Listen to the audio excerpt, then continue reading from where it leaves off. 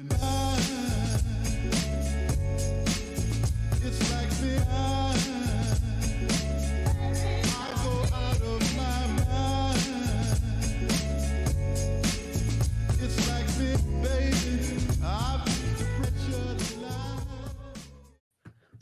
the wildwoods of Vancouver Island, welcome to the Sota Pod. Isha Dromi here alongside the State of Hoppy, and thank you for joining us live here on the new and improved Sota stream. What's up, Hoppy? How's it going? We're doing good, man. In better shape than I thought I'd be, too, after going to the Beer Dabbler, but we'll get into that a lot more later. Yeah, so for those just joining, I know we're not going to get a lot of live traction on this one. Hopefully a lot of you are watching this and listening this back here on Monday. But before we bring in our first guest, let's just run down what we're doing here on the new and improved Sota stream. Every Sunday, and I say this ironically, barring game days, which we're probably going to be doing watch-alongs, and I know it's a game day today, but we wanted to get in the rhythm of things and, get these Sota streams started. But every Sunday, other than game days, we will be streaming live. It's a talk show, basically, a live streaming talk show with you all from 4 to 6 p.m. Central Time every Sunday. Every Sunday. And if there's a game, except for today, we're going to be doing watch-alongs for you here on our YouTube channel. We'll post the audio on the podcast feed, but this is a live interactive, portion type of the show. It's a key piece that we've been planning and wanting to do with you guys for a long time. Now, I know the original version of the Sota Pod, we did live streams twice a week. We're doing a 2-hour show here once a week, and we still have podcast episodes coming to you 5 days a week on the podcast feed. So that's what we're doing here. Welcome to the few people who are viewing. We are streaming via Twitter as well, but that's just going to be for a limited time because you all can't interact with us on Twitter anymore. You can't comment or anything. So we want to draw your attention and bring you all over to our YouTube channel. So subscribe if you haven't already, the Sota Pod. Hoppy, have I missed anything? I don't think so. All right. Looks like Shane is already commenting. And look at that. Like if you jump in the comments, we will address it. Now, if we have a live guest or we're interviewing or something like that, we may just put it on the back burner until we're done there, much like when we bring on our first guest here, which we'll introduce in a moment. But Shane's saying, hi, I'm sipping some coffee, listening. Then I'm going to listen while I'm on the exercise bike. Was just listening to today's Tales with TR. And we'll get into a little bit more Terry Ryan talk when we bring on our first guest as well, because it's related. They both were competing in the same tournament. So before we get into all that and more, just some quick housekeeping notes, folks. Just want to give a big shout out to our friends at 7th Ave Pizza. As you can see on the screen here, try the meat sauce pizza because it wails, folks. Follow them at 7th Ave Pizza to stay current on where you can grab yours. Get you some 7th Ave. And then, of course, you have to go and give some love to our friends at Northland Vodka. There's probably a bottle signing one or two places this week from Mark Parrish, but check them out. Go out and get their new handles. Yes, Isha, here we call them handles when they're 175 because I dig it. They have a handle. I like it. And everyone, before it sells out, go to Sota Stick and get that camo trucker hat. Shout out to our big friends at Waggle. Golf apparel as well. Unbelievable stuff there. What's the name of the Gator hat that just came out? Chubbs. Oh my God, beautiful. Sold out, but back in stock. So get yours today.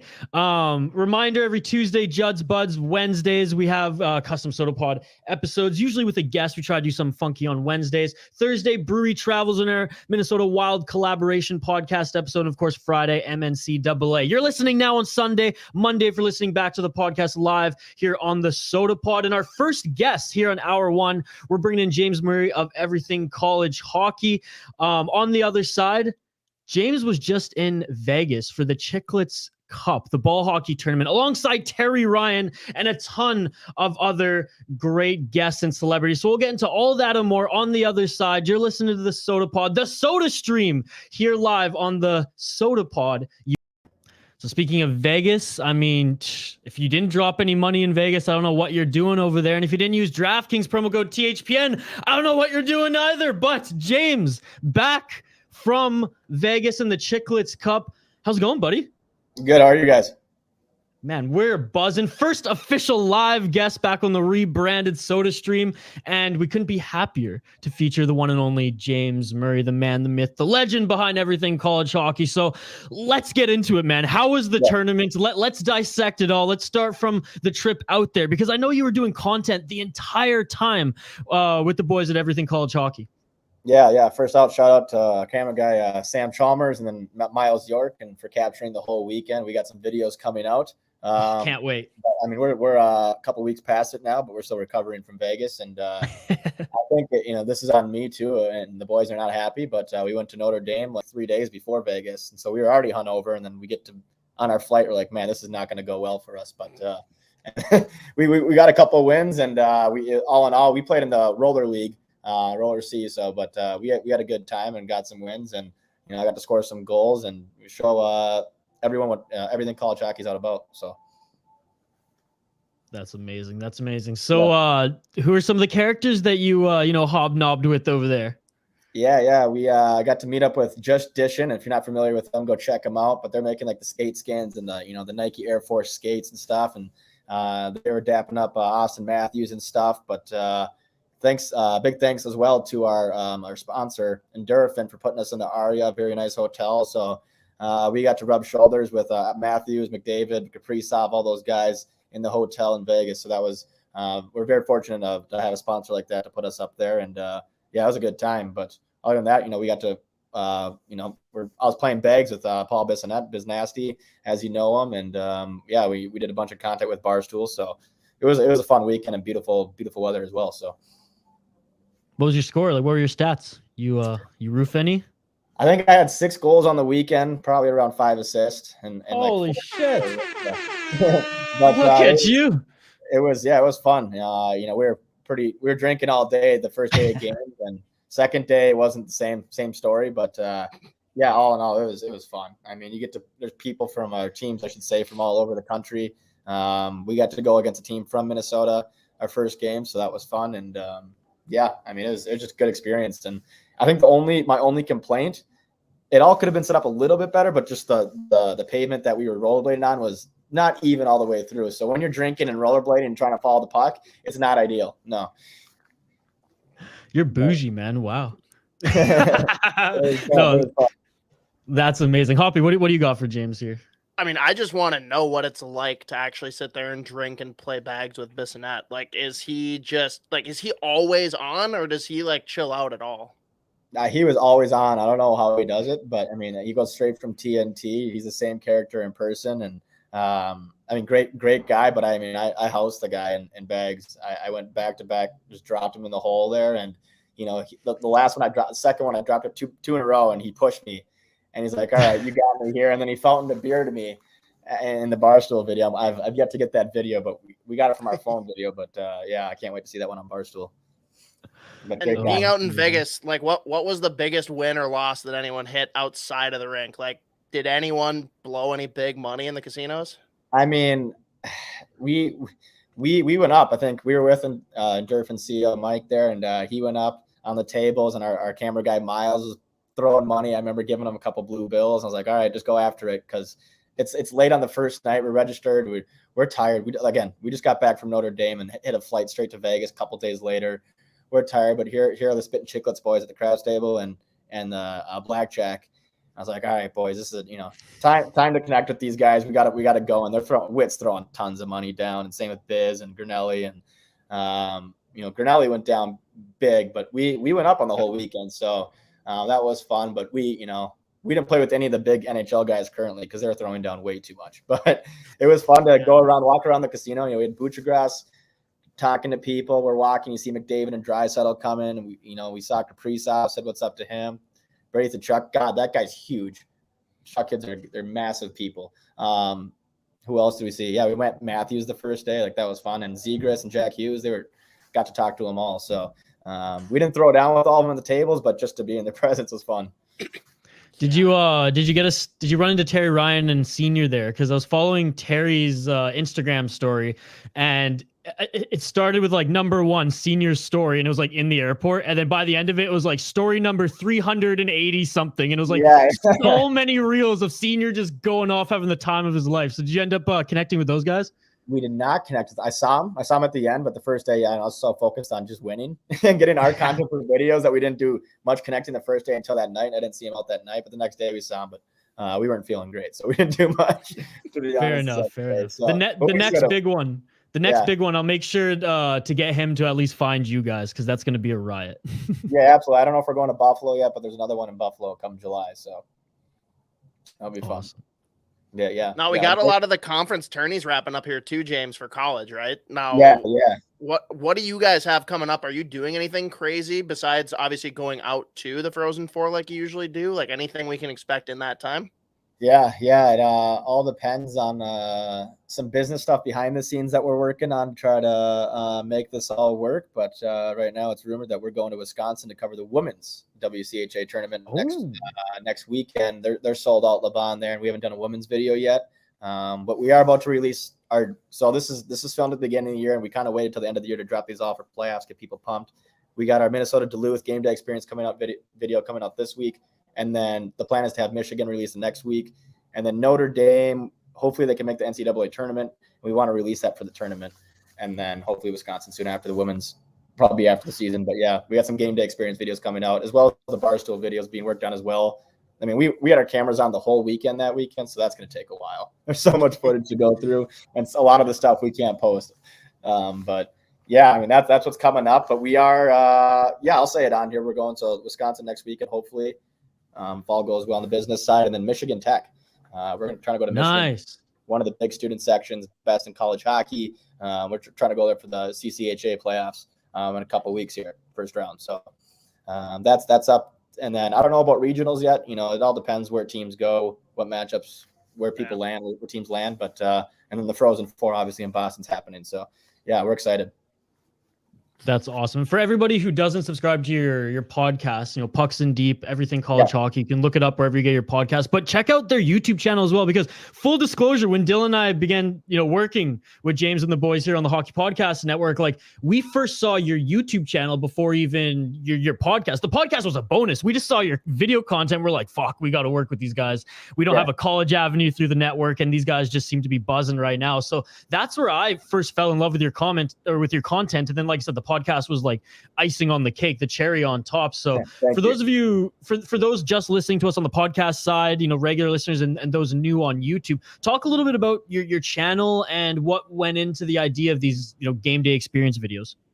Yeah, I think it's just an opportunity to showcase the game of college hockey in general, and no one was doing it. So we went ahead and did it. And, we're obviously looking for more funding to keep doing this because it's fun. We get to meet a lot of players, fans, and now we're getting recognized. When we roll into a building, now people know who we are and they recognize the logo, VCH, and we're just trying to grow the game, So, but it is a good recruiting piece for these schools. And now, if you're being recruited by one of these schools, you can go to our YouTube page, or if you want to know about one of these schools, go to our YouTube page. You can see the whole game day experience and what it's like to go to this school and go to a game, a college hockey game. It's great. As you see at Nodak right there, it's packed. I mean, we posted a picture 2 weeks ago. They literally have tents set up outside the Ralph Engelson Arena. These students care more about it than anything. So, but yeah, Duluth was great as well, and Michigan. I mean, we've been blessed to meet some great people at every school, and to be able to shoot a video at these top class schools is great. And I can speak to that one. UND is absolutely insane. I mean, it's a little different too, and it's the Gopher game, but yeah, that's true. I don't know. Did you get to go to that one? I forget. I went to that one. It was insane. I've never been there before either, so that's I don't know if I'll ever match that. Yeah, I wanted to go, but next year we have. It's somewhat tough to make it every weekend somewhere, but how was it? Right. Dude, honestly, it's probably the best rink I've ever been in. As much as it hurts me to say that. It's like an NHL playoff game almost, but in the regular season for college hockey. Seriously, yeah, and it honestly, for any big NCHC matchup or the Gophers, I would rather go to that than a regular season Wild game. I will say Michigan was my second favorite rink I've been to as far as fans. They're in your ear and saying some ruthless stuff all games. Well, thank God they played the game when you guys had that scheduled. Yeah, that's true. And that's been a problem for us. We had our Clarkson trip canceled. We were supposed to go out to Clarkson, St. Lawrence for that big rivalry, and their game got pushed back, so the whole thing got canceled for our trip. But there's some great student sections in college hockey that we've yet to visit, and Western Michigan's on our list as well. And I mean, there's just so many spots we want to visit in these next couple of years. But yeah. Now, when you guys go down to ASU, are you going to go for a college game or a pro game? Both, I guess. Both, I guess. Yeah. I mean, that's a hell of a recruiting tool for ASU, though. Hey, come to ASU. We got warm weather, good-looking girls, beer, champagne Sundays, 1 cent champagne on Sundays, and hey, you get to work out with the NHL guys too. Yeah, you gotta play at their rink. Exactly. Yeah. So it's a beautiful thing coming together for ASU. I'm pumped for them. As for the Coyotes, not so pumped for them, but I hope they can figure it out because I love that organization. They're still alive, so I guess we kind of have to be pumped for them. As long as the Gina jerseys stay in the game, that's all that matters at the end of the day. Man. Can ASU adopt some version of the Kachina? Like, would that be They acceptable? should. And I think they will because they only have like 12 jerseys in their arsenal. My goodness, but they should next year. That'd be funny. Our boy Andrew B in the chat, a huge fan of the Hockey Podcast Network. He's always joining us on the YouTube channel there, and he's subscribed to the Sota Pod too. So thanks, Andrew B. You were saying that your content is very cool. You should get a new subscriber, James. I just threw him the link in the chat here. So he's a big hockey fan there. Thank you. Yeah. So you talked about, the video content coming as a result of your big trip. I mean, you guys are buzzing with so much stuff coming up here. You did have a series of great interviews, like you said, before you went on your trip. One was Matthew Boldy. Again, for those who don't listen to the podcast, these guys, the best of the best in college hockey guests. Talk about you guys basically being the catalyst for Boldy lighting it up with the Minnesota Wild and finding his chemistry with Fiala. Because let's be honest, he was injured. He went on your show. He came back. He got the ECH bump. I got a great story. I don't know if he wants me to share it or not, but great kid all in all. And he's 20 years old. Doesn't really look 20 with his body size, but he acts like he's a 10-year vet in the show. But he belongs in the national, that's for sure. And heck, he's averaging a point a game right now. Hopefully he can get on the board tonight to get back to that. I think it's 14 points, 15 games. But all in all, great kid. And he got to stop by our studio, like you said, when he was injured. And our studio's I'll tell the story. Our studio's on the 3rd floor. And Matt rolls up, and he's in a boot and on a scooter. And I don't have an elevator at the studio. So he rolls up, and it's glass doors, and you can see the staircase. And I'm like, I'm on the 3rd floor. And he just goes, shit. I'm like, I carried his scooter up. I'm like, you just hop up there, buddy. I got you. This is my first time meeting him. And sure enough, and he came to the studio, loved it. It was great. A lot of hard work to make that studio happen. So the fact that we got to have what is now one of the faces for our Minnesota Wild in the studio before his historic run here in his rookie year was pretty special. Dude, it's unbelievable. Hell of a story and unbelievable. Yeah, I texted him too to make sure he knows that we gave him the bump for all season. So well, of course. Yeah, of course, you have to. And do you think? I mean, go ahead. Oh no, I'm just saying, like he's finding his ground, and I've texted him a couple times, make sure he's comfortable. At the end of the day, he is a 20-year-old kid, and to be on the stage he's on right now, and the Wild relying on him so much it's a pretty big deal. And he's acting like he's been here before and done it. So a huge piece of the Wild, and I'll tell you, as a Wild fan, it takes pressure off Kaprizov's line, and same with the Foligno Greenway line. But yeah, I mean, what a huge addition to the Wild Matt's been. For sure. And I mean, do you subscribe to the idea that you have to find a way to keep Fiala because of how they've worked together? Or do you think he's just going to do this no matter what? I've always thought Fiala is a crucial piece to our team. I know he didn't have a good start to the year, but the way his legs are and how strong he is, he wins every battle. So I think he's found his confidence like he had it last year. And I think we got to keep him, find a way, right? But I know Billy G is looking to make a big move at the deadline here to give our defense needs a little bit of a boost. And I think we need one more goal scorer to really be the top team in the league. But I think we keep Fiala. We find a way. What do you guys think? Well, I was just gonna say it's a perfect segue into our first Wild topic we wanted to get into here on this live stream. I'm torn, man, because I want Fiala to stay. I'll say that first and foremost, especially since he's found the chemistry with Boldy. It's like, okay, finally. I don't want to say he's arrived because we've all known like the tools are there, and especially this year, it's just like it was just bad puck luck at the end of the day because even the fancy stats were in his favor. the piece coming in at the trade deadline, though, that's where I don't know. I don't know, because they're having success right now. I mean, barring the crappy goaltender performance, which we'll get into later. They're a solid team right now. So do you run with it knowing that, okay, maybe you're not at the tier, like the elite tier of the Tampas, the Colorados, but you can at least make it difficult for them and, hey, maybe steal a playoff run? Or do you go, no, I have to keep building, moving forward, and if that's addressing the center position, even for a run this year, that's something that's crucial. I don't know, and I'm torn. So, Hoppy, do you think a center is coming? And then James. Okay. To add to that point, I think their locker room. I'm not in there every day, but I think they got one of the best locker rooms in the. Yeah, it's tight, right? Not the look of it, but the actual chemistry. And I think that they need a new locker room. We're the best team in the league. Come on, get us a better locker room. But no, I think chemistry around the room is great. And Foligno's been a great leader, same with Spurgeon and Dumba. And I don't think you want to add too much, but it's obvious that we're missing one piece to get us to the next level, I think. And we had Nico Sturm on our podcast this year as well, and he's another great guy. You had Boley, another great guy.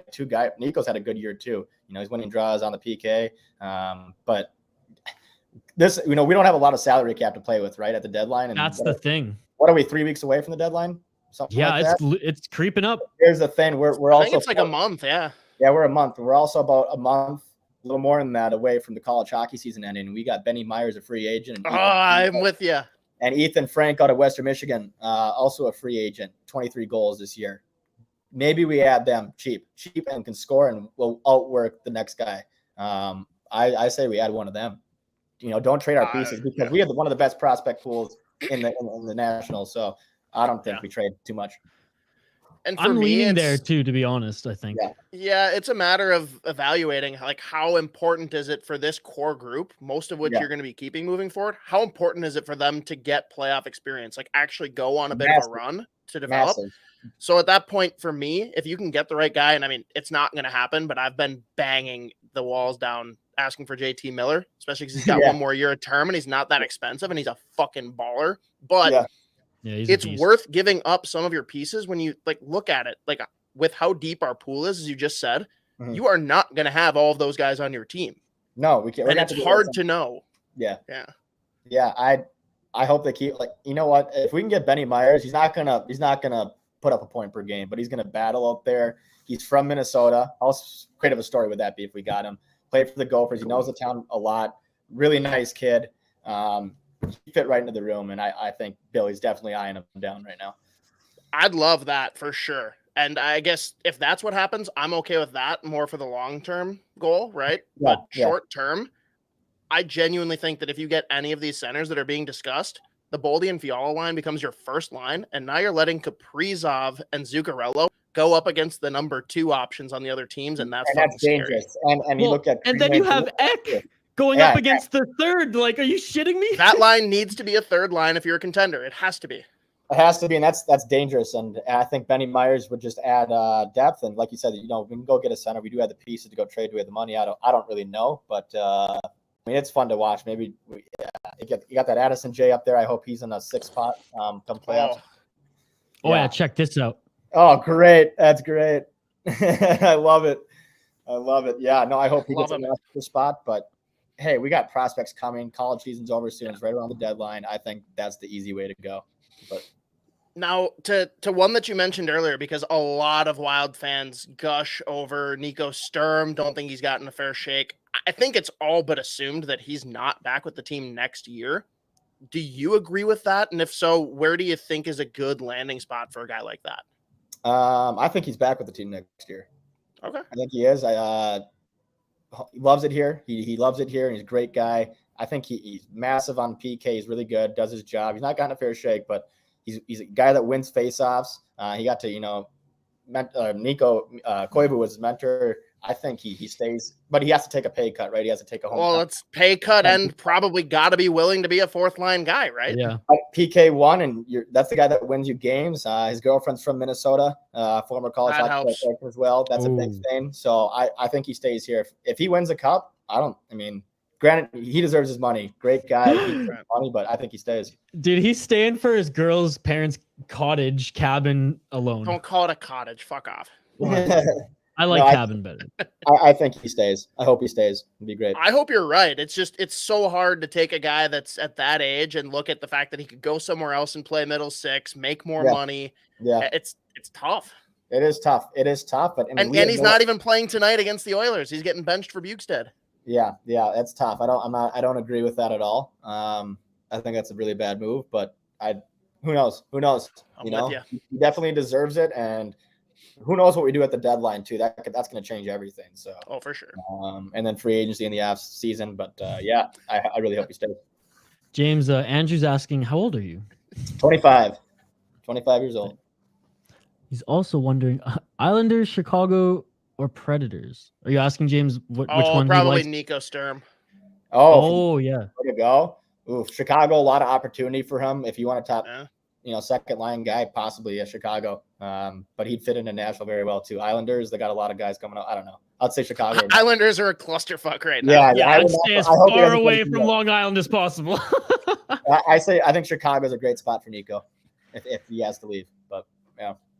All right, last thing from you, James, because we don't get the coverage typically on our Friday MNCAA show. Mm-hmm. And Isha pretends that it's his team now just because he thinks their jerseys are cool. He doesn't really watch the games. Hold on. I haven't had the opportunity to watch a lot of their games this year. I do watch as many recaps as I can. I follow them live on Twitter. And when I get more time, I will watch them because Bemidji is my team that I subscribe to. When will you have more time? Hopefully someday soon. All right, James, what are we thinking about Bemidji coming into the end of the year? Go Beavs! It's been a tough year for the boys, but you know what? Anything's possible in the tournament. And the good thing they got going for them is that Minnesota State Mankato doesn't have to win. They're in the tournament already. So, as a third seed in the CCHA, I'll take it. Michigan Tech's had a really good year. But yeah, I hope one of those two teams can make it. So the CCHA has two teams in the NCAA tournament. But yeah, it's gonna be close. They got all those guys that can do it. So is making it to the CCHA championship enough to get them in, do you think? Or do they have to win it outright? They got to win it. I think they got to win it. I think Michigan Tech, if they make it, that's enough. And they'd be the last seed in, but he has to win the thing to get in. Yep. But it's gonna be close. I'm ripping on Alex Micheletti, like the last few days, just like peppering him, right? With like, again, because I haven't followed it closely this year, but like they're my team. I've chosen them as my team. But I'm just peppering him. I'm like, they're gonna kick your ass in this and that, Yeah. And they got absolutely spanked. Both. Yeah, they did. Mankato's really good, and I don't see, Mankato's a lock for me for the Frozen Four right now. That's the only lock for me going to the Frozen Four, and I think St. Cloud makes it too. I think both of those. Yeah, St. Cloud's been good this year. They got Cloud's been really sporadic though, man. Yeah. They got an old team though too, and at the end of the day, the older guys, they want it more, and they're St. Cloud got spanked in the championship last year. They didn't forget that, so I think they make it back. We got the Big Ten, the Gophers here battling with Michigan for the number one spot. That's huge.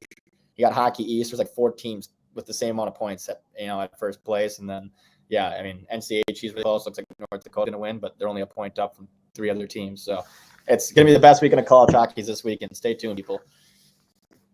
There you go. All right, James, before I let you go, because you've given us a chunk of your time and really appreciate it. Yeah. I know you talked about the videos, but plug away. What do you got coming up on the podcast? Yeah, well, I just did one with Duluth forward and Chicago Blackhawks draft pick Wyatt Kaiser today. He's coming back. He's hurt right now.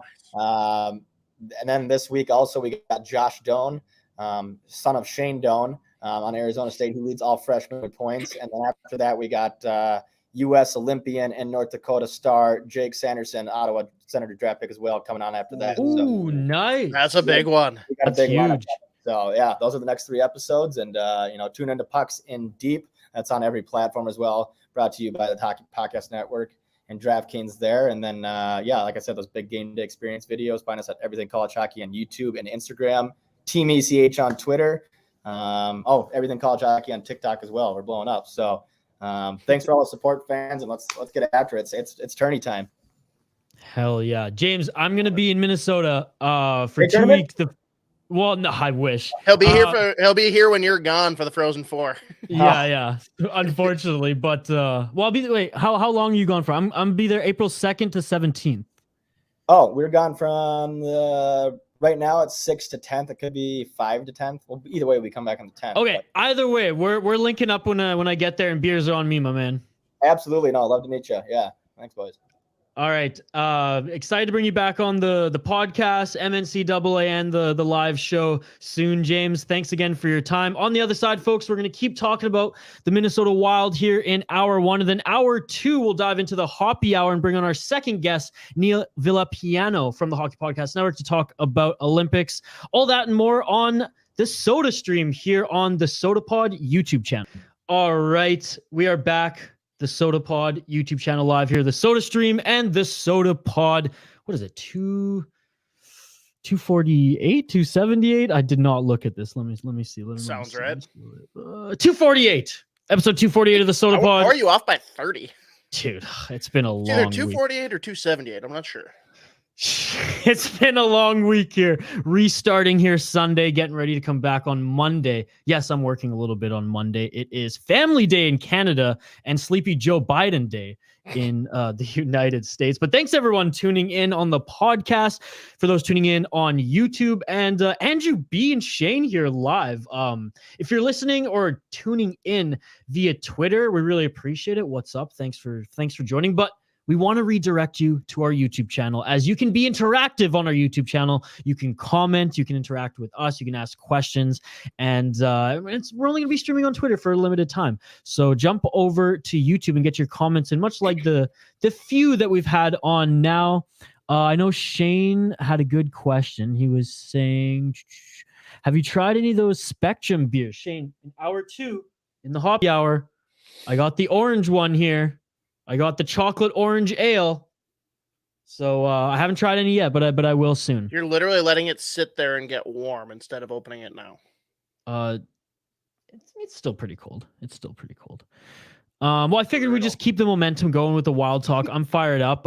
Again, big thanks to James for hopping on the show. I mean, the guy's an absolute content wizard, and they're doing unbelievable stuff there at Everything College Hockey.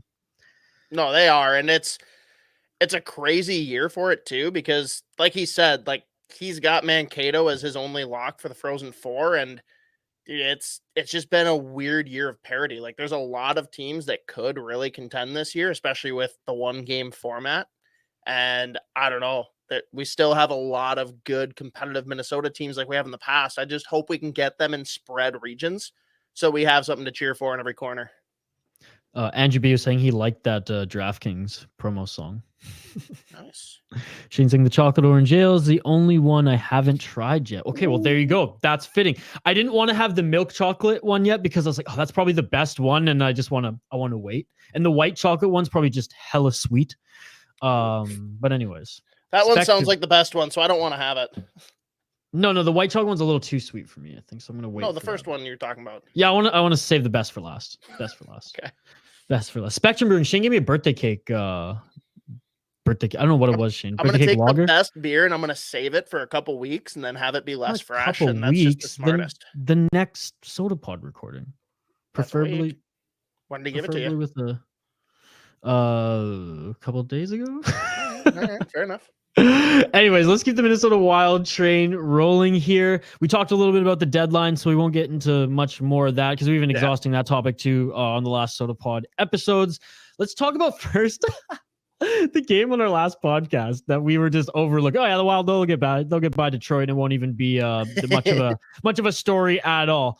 Dude. What a story it was, man. They lit the Red Wings up, and honestly, the first period of the game, it was such a back and forth game, and then the Wild came out swinging second and third. Yeah, man. I'm sitting out. I'm at dinner for Valentine's Day, and of course the table's positioned that I can see the TV, so that was nice. And dude, 4 minutes in, they're up 2-0. I'm like, well, guess I'm not going to watch this anymore. And then next thing I look up, it's 3-2, and it's like, wait, what the fuck? Dude, I was doing a watch along and I couldn't keep up. I couldn't keep up with the comments and then everything. So I'd look at the screen, I'd comment on, what's going on in the game. I'd go back to the comments and they're just like new comment. And at one point it was like 5 minutes into getting through them. And one person's like, oh man, you're so behind right now. And I looked and it was like, that was like 10 minutes ago he commented on it. I was like, man, everyone's going nuts reacting to this game. Because Detroit scored 2 goals in the first 4 minutes. It was nuts.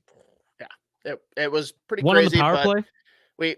We got the only thing that Wild fans have clamored for, which is the hat trick from Matthew Boldy. Oh, and 4-point night too. Now, Isha, here's the question. Is it too much that Wild fans are already like demanding that he be in the Calder conversation, or do you think that's absolutely rational? Ooh, I think it's rational, to be honest. He's made such an impact. And I know it's hard to say he's made an impact in the NHL because for some reason the Wild don't make an impact in the NHL. It's like the Canucks in Canada. Depth, yeah. No one gives a fuck about the Canucks in Canada. It's like in the big hockey markets, it should be Minnesota making an impact, but I feel like he kind of is. And it's a byproduct of Minnesota being relevant this year and actually winning a bunch of games where people have no choice but to talk about him. But what other rookie this year has made as much noise as him? Has had the story around him where NHL.com random staff writers who aren't Jesse Pierce are actually writing pieces on him. That is what raised my eyebrows. And I was like, a lot of people are talking about this kid. So yes, I think it's well-deserved. I guess the question is, how much does games played matter to be in that discussion? Because don't get me wrong, if he's coming out here and he's putting up 2 points a game for the entire season, I don't care what chunk of the season he plays. That's incredible, but there are other really good rookies in the discussion. And the reason that I even bring this up is because Wild fans did like say that he absolutely needs to be one of the top 3. And then you've got the story from Greg on ESPN where he doesn't even list Boldy as one of his options out of like the 11 players named in the article. Greg, I either like wholeheartedly agree with his takes or just like am so far off. So I'm, in this case, far off. I think how much of it comes down to games played, right? Well, if he plays over, say 45 games, is he able to? I think so. The math would work out where he plays over 40. Yeah, then fine. Then 100%. And if you're putting up like you said, like pretty much point per game down the stretch there, I mean, what rookie comes in after injury? And I know it, right? I know that the voting committee maybe won't take that into account. But I mean, okay, if a player plays 45 games in the NHL, should they be able to win the Hart? Should they be able to win the Norris? Like, why is the Calder different? That's a good question. That's my only point, because I do think that Boldy is pure talent, the best rookie. But it's hard when you have guys that have put up seasons like a Sider, like a Raymond, that you like don't factor in. Like they've played the whole year and they've been good players throughout. It's just hard to discount that. Yes. Put it this way. I don't think unless you play say 70 plus games that you really have a chance to win it. But I think you deserve to be in the conversation out of respect for what you're doing. Fair enough. I really like if Nils Hoglander got 20 more points last year, I would have fucking been beating that drum, that he should be in the conversation. 20 more points. That's a big if. Jesus. I know. But I remember coming out of the gate last year, he was around like the same as some of the rookies, and then it just kind of dropped off. But anyways, Andrew saying, is it in Florida? Oh, the beard. No, it is not in Florida. Not doing the watch along tonight, but Andrew B, generally moving forward, we'll be doing watch alongs on this channel on game days if they land on Sundays. Telling us also the Panthers won 5-2. Thank you very much. She says, Calder's a smaller pool than the Hart. That's a good point. And to my point, if you don't have 3 really good options, then yeah, like it is a smaller pool and you're going to pull a player like that. But I'm trying to remember who some of the other guys are that are like top options for the Calder right now. Who was you got Trevor Zegras. That's one that's going to be polarizing. Zegras, Raymond. Those are the 2 that come to mind. I think Sider's the front runner right now. Sider, yeah, 2. We're missing one. We're missing somebody. We're missing a couple. But the point is, yes, if he's like just clear head over heels in that discussion, then yeah, he'll get in and he probably won't win. But I don't know. We've talked about this a ton, Isha, especially with the Kirill stuff last year. Like, I don't give a shit about personal awards like that. It's really cool for the player, and like I hope they win it, but I'm not going to freak out regardless of how those are chosen because it's stupid voting practices. Alex Nedeljkovic, Dawson Mercer, Drysdale. Those are some other names that are in the conversation. He's going to be I'm taking this from our boy Janner, World Hockey Report, but basically said the other night that Drysdale is going to be a really good NHLer. It's going to be a couple years before that, though. He's got a lot of kinks in the armor to work out, but dude, Zegras and Troy Terry, I can watch them all fucking day. I love Troy Terry. Man, that Anaheim. I know James was just on saying that the Minnesota Wild has some of the best prospects in the league, and their pool is pretty deep. And I'm not disputing that, but man, Anaheim, LA, New Jersey, there's some teams that are like, they're even deeper, and it's going to be. I mean, as a general hockey fan, it's going to be a lot of fun to see those. I actually think in a couple of years, Buffalo's a real team. Yeah, I overlook Buffalo just because they've been a joke for so long. Right, but no, they're weirdly in a position that like they could be a decent team. And Joey's probably breaking things right now with me saying that, but I mean, all they've been doing has been acquiring picks and young players, right? Like they're good ones, and I really do think that. Sorry, Minnesota Wild fans, plug your ears, but Alex Tuch is going to be the captain of that team for a long time. Perfect guy to bring into that. It was a great piece to have be included in that Eichel trade. Love it. Yeah, absolutely. So the Wild, as we continue the conversation here, are a little bit of a skid. They did not get past the Jets, and we kind of called that, to be honest, on the Sota pod. We said that for some reason, the Winnipeg Jets, though I swear on paper and as of late, just watching them play, are the lesser team in comparison to the Minnesota Wild, rather. But they have their number. They have their blueprint, and it doesn't matter how good the Wild play. The Jets seem to always pick them apart and come out on top. 6-3. What are your thoughts on that game? There's a lot of things that happened in that game. I will say I'm disappointed because I wanted to see fireworks, but kudos to Foligno for like not at all taking the garbage from last game and bringing it to this one. Played a clean, composed game. It just didn't matter the way that the game rolled out.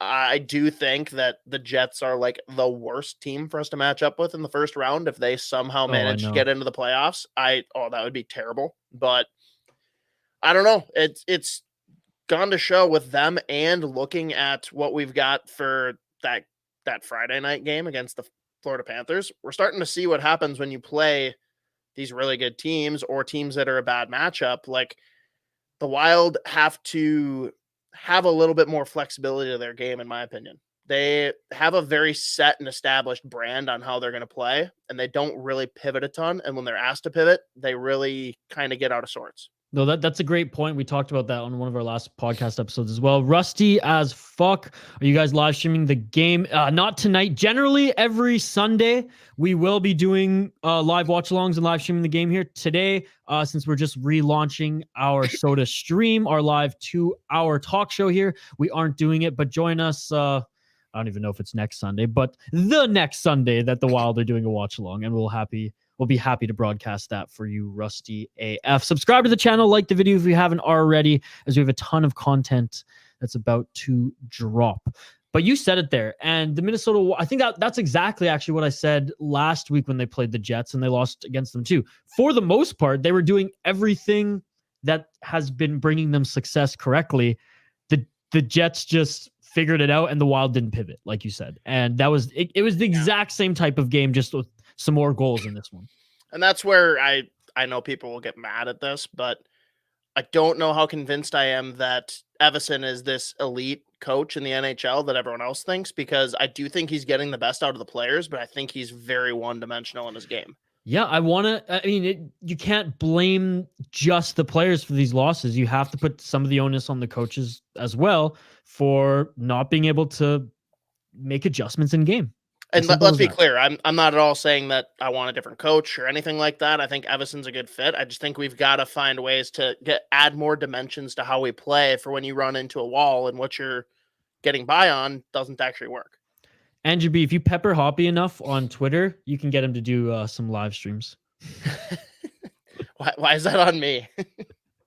Because I do a lot of them already. Andrew B knows. I don't have any more time to do live streams. I got to devote some time to start watching Bemidji towards the end of this season. That's never going to happen. You know. It will. I'm pumped, dude. I've been wanting to get into college hockey for so long. I haven't even been following the dub that much this year. I haven't even been following the NLL, which I had plans to do. It's just I have time for Minnesota NLL, Wild, gross, Canucks. Gross. Well, it's on TSN now, so you got to support the NLL.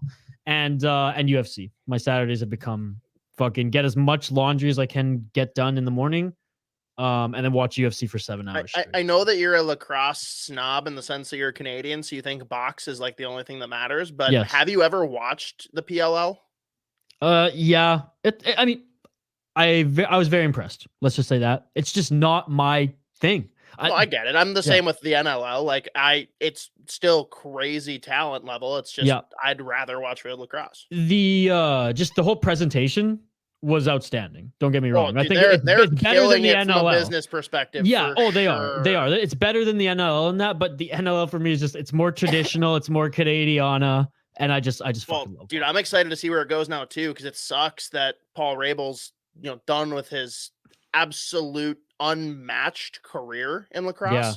But now he's going to step way more into the creative side, and he's going to take it a totally new level for the league, at least. Like I said, my top 3 favorite sports: lacrosse, hockey, and mixed martial arts. I mean, it's an interesting bunch there, but lacrosse just takes the cake, man. Rusty AF, really appreciate you joining us. The early goalie poll was heat check. A heat check. Was that hard to read? My screen's a little small here, and at first I thought it was like head check, heat check. Yeah, let's get into it. What are your thoughts initially just on when Dean Evison did that? Were you, again, before we saw the results, were you like, fuck yeah, let's go? Or were you like, what the fuck are you doing? I didn't get it, to be honest. Yeah. I didn't think it was very early, and I did not think it was warranted. And the biggest thing that came out of Wild Twitter, which I totally agree with, is you just scored a goal. You were just getting your confidence back and starting to go on a little bit of a heater there. Why fuck with that and pull the goalie and like give that opportunity for them to take away all of that momentum? And I don't know. Well, Hoppy, it goes back to what you just said. An elite coach wouldn't have made that call. Now, no, come on. No elite coach would have made that call. That is some Patrick Waugh. Guess what, man? He was shooting his shot. If it works, Dean Evison is the biggest dick in the locker room, right? Like that's what he was going for. You've seen what they've done too with like they've had some of the best numbers this year with the goalie pulled. I understand where the thought process was. I just don't agree with actually pulling the trigger on it personally. It was way too early. Yeah. Way too early. And let's just talk about the game as a whole, though, Isha. Well, hold on. My last thought on that is maybe on the bench, maybe, something we didn't see or know. Maybe Dean just kind of knew that, like, this is the way that we're going to win because maybe the team was becoming defeated. I know on the ice, it looked like they were gaining momentum, but I don't know what, the body language was on the bench. I don't know what was being said. Maybe it was like, okay, from my position as a coach, this is the call, this is the shot, as you say, that I have to shoot, and I'm going to die on this sword. I didn't agree with it, and it sounds like most of the Minnesota Wild fans didn't agree with it, but we're not the ones behind the bench there. It was interesting, and I do, I'll double down, and I do think an elite coach, a coach at a higher level, higher experience than a Dean Evison probably wouldn't have made that call. And let's take another swing at him too, Isha, because again, in no way am I at all lobbying for getting rid of Evison or anything of that sort, but what the fuck is he doing playing Talbot for that game? Why is that the move? I don't know, man. Like we talked about it. We said this is perfect. They need to roll every other. Yep. Maybe a goalie catches heat and you go, but no, we go off a game where he gets fucking throttled and decide, hey, let's put him back in. Like, what the fuck? Because see, and again, it goes with the coaching experience, and I get he's bringing the best out of the players, and maybe he's a player's coach first and foremost, and he wants to give his veteran starter another chance of redemption. But if you're going for it this year, and if you want to place yourself in the best opportunity to do well in the playoffs in the first round, you got to be smarter than that. You got to ride, or not even run. You got to use your backup when needed. Who's your 1B, maybe even your 1A right now? Who knows? They're pretty even based on how they've been playing this entire season. This isn't just recency bias. Give me Kokkonen. I believe in him. I do. But yeah, man, I didn't like that. And on top of that, he robbed us of the opportunity to have the Talbot revenge game tonight. He should have been going up against the Oilers. Would have been fun, win or lose. Now, Kokkonen, let's see what he can do here against the big boys. Yeah, I'm excited. And you say big boys, and I say joke of the not team. I'm The big talking boy- McDavid just and the boys. Draisaitl. Okay. Just the literal boys. All right. Yes, all right. literal boys, not the team. No, I think the Oilers are very, very questionable to even make the playoffs. I have I their. mean, they've looked better under the new coach. And it's crazy, actually, because Well, you're for missing real, a dude. player too that they've added who, let's be honest, has actually been helping them out as No, you know, as I much get as it. we've ripped on him, his character. Well deserved, by the way. For real, though, outside of what's happened in the last couple weeks here or whatever, coming into this season, you would have said that Tippett's probably a top 5 reputational coach in the NHL, right? Coming into this season, yeah. Yeah. Okay. Then he gets sent away and players are like actively saying like, oh my God, yeah, this is just so much better. I actually knew it was expected of me. I knew what I was supposed to do. And it's like, what the fuck has been going on? Like, where is this coming from? That Tippett's like doing nothing, apparently. He went from being, you know, one of the guys who was in the fight almost. Like from what I heard, the way even like, you know, Paul Bissonnette talked about him and other players on, you know, his at the time Phoenix team, Arizona Coyotes, like he was just short of skates, you know, dying with that team out there, you know. What happened? That's a good question. I don't know. It's crazy, but at the end of the day, they've looked different under their new coach. It's interesting to see how it's worked out.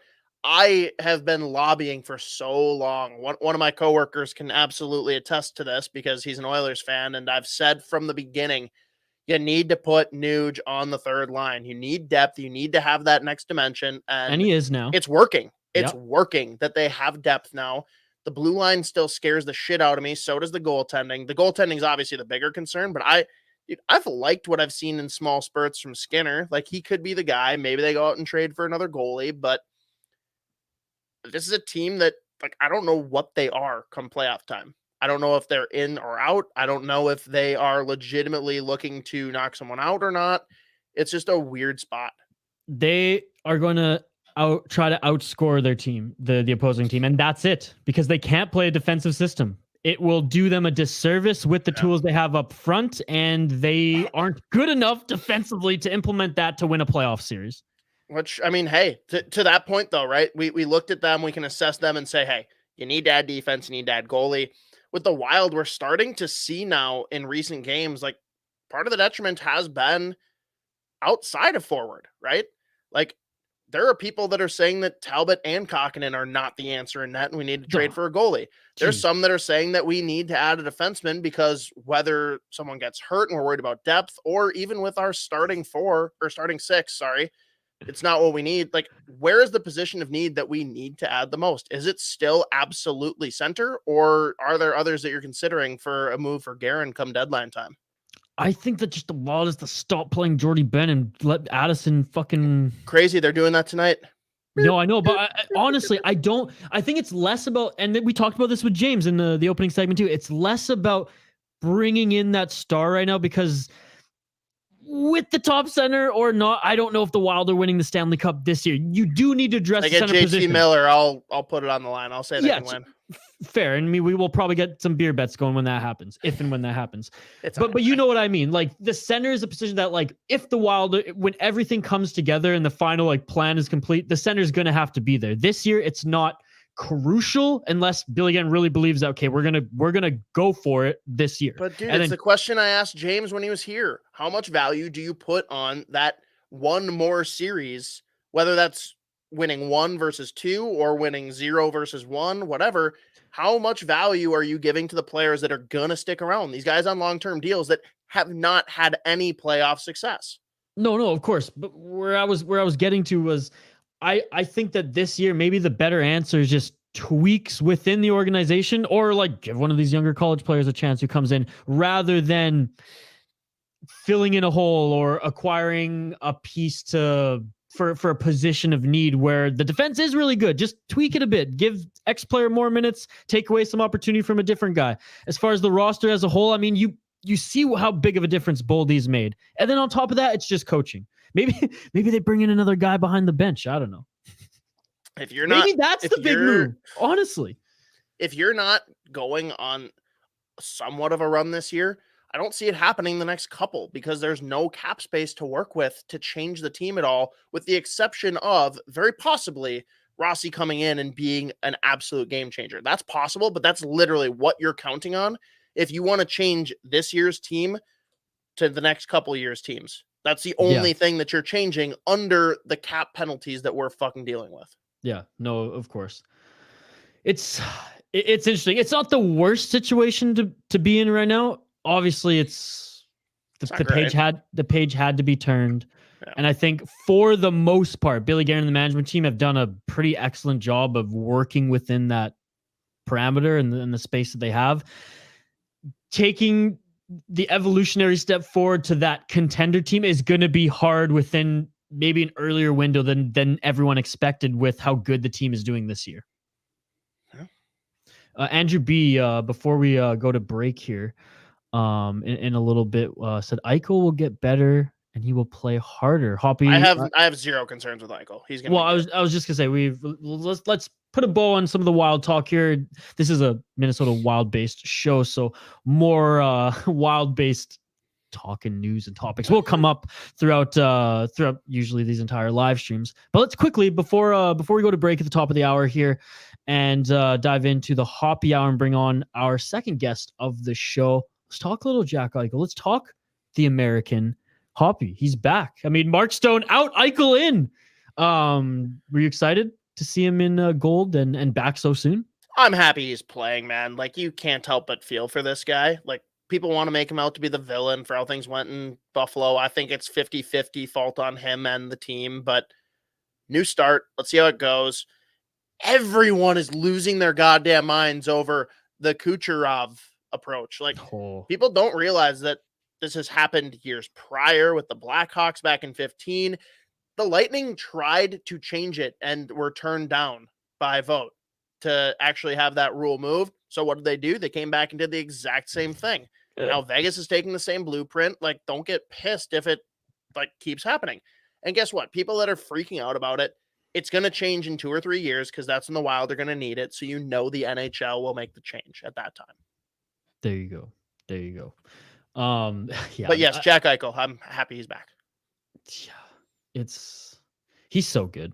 And it's just crazy to me to think that the exit from Buffalo was so dramatic when he's back this season. He's back pretty much at the halfway point this season. A little bit over.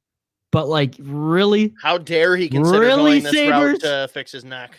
Wow. So, such a risk for our product, which we've invested millions and millions of dollars into, only for him to come back in a fraction of the time than going through Buffalo's. Now, I think it's maybe different if Eichel's not already kind of talking about wanting to leave the organization. Maybe they would have been more flexible and willing to listen to him. It's still crazy because it was his health. No, it is. But he's also a $10 million asset to the team. That is true. I get both sides. I do. That is true. For those joining us on the live stream, for those checking us out on YouTube, or for those listening on the podcast, we really appreciate the Sota Pod episode 248, episode 1 here of the Sota stream back on the Sota Pod YouTube channel. We're going to take a quick break, and on the other side, dive into the Hoppy Hour here. Yes, I've been just letting my beers get warm here on the floor. So we'll dive into what we're drinking. We'll bring on our second guest of the show as well, Neil Villapiano of the Devil State of Mind podcast and the Hockey Podcast Network YouTube channel, to talk about the Olympics that came and went. I mean, closing ceremonies last night and some exciting tournament games. Yes, without NHL players, but exciting games both on the men's side and the women's side. I mean, Neil is now a star in Slovakia because they couldn't find the game on TV, but they found it on THPN YouTube channel, and they found Neil. I think one of the comments was such a beautiful voice from a beautiful man. So, I mean, there you go.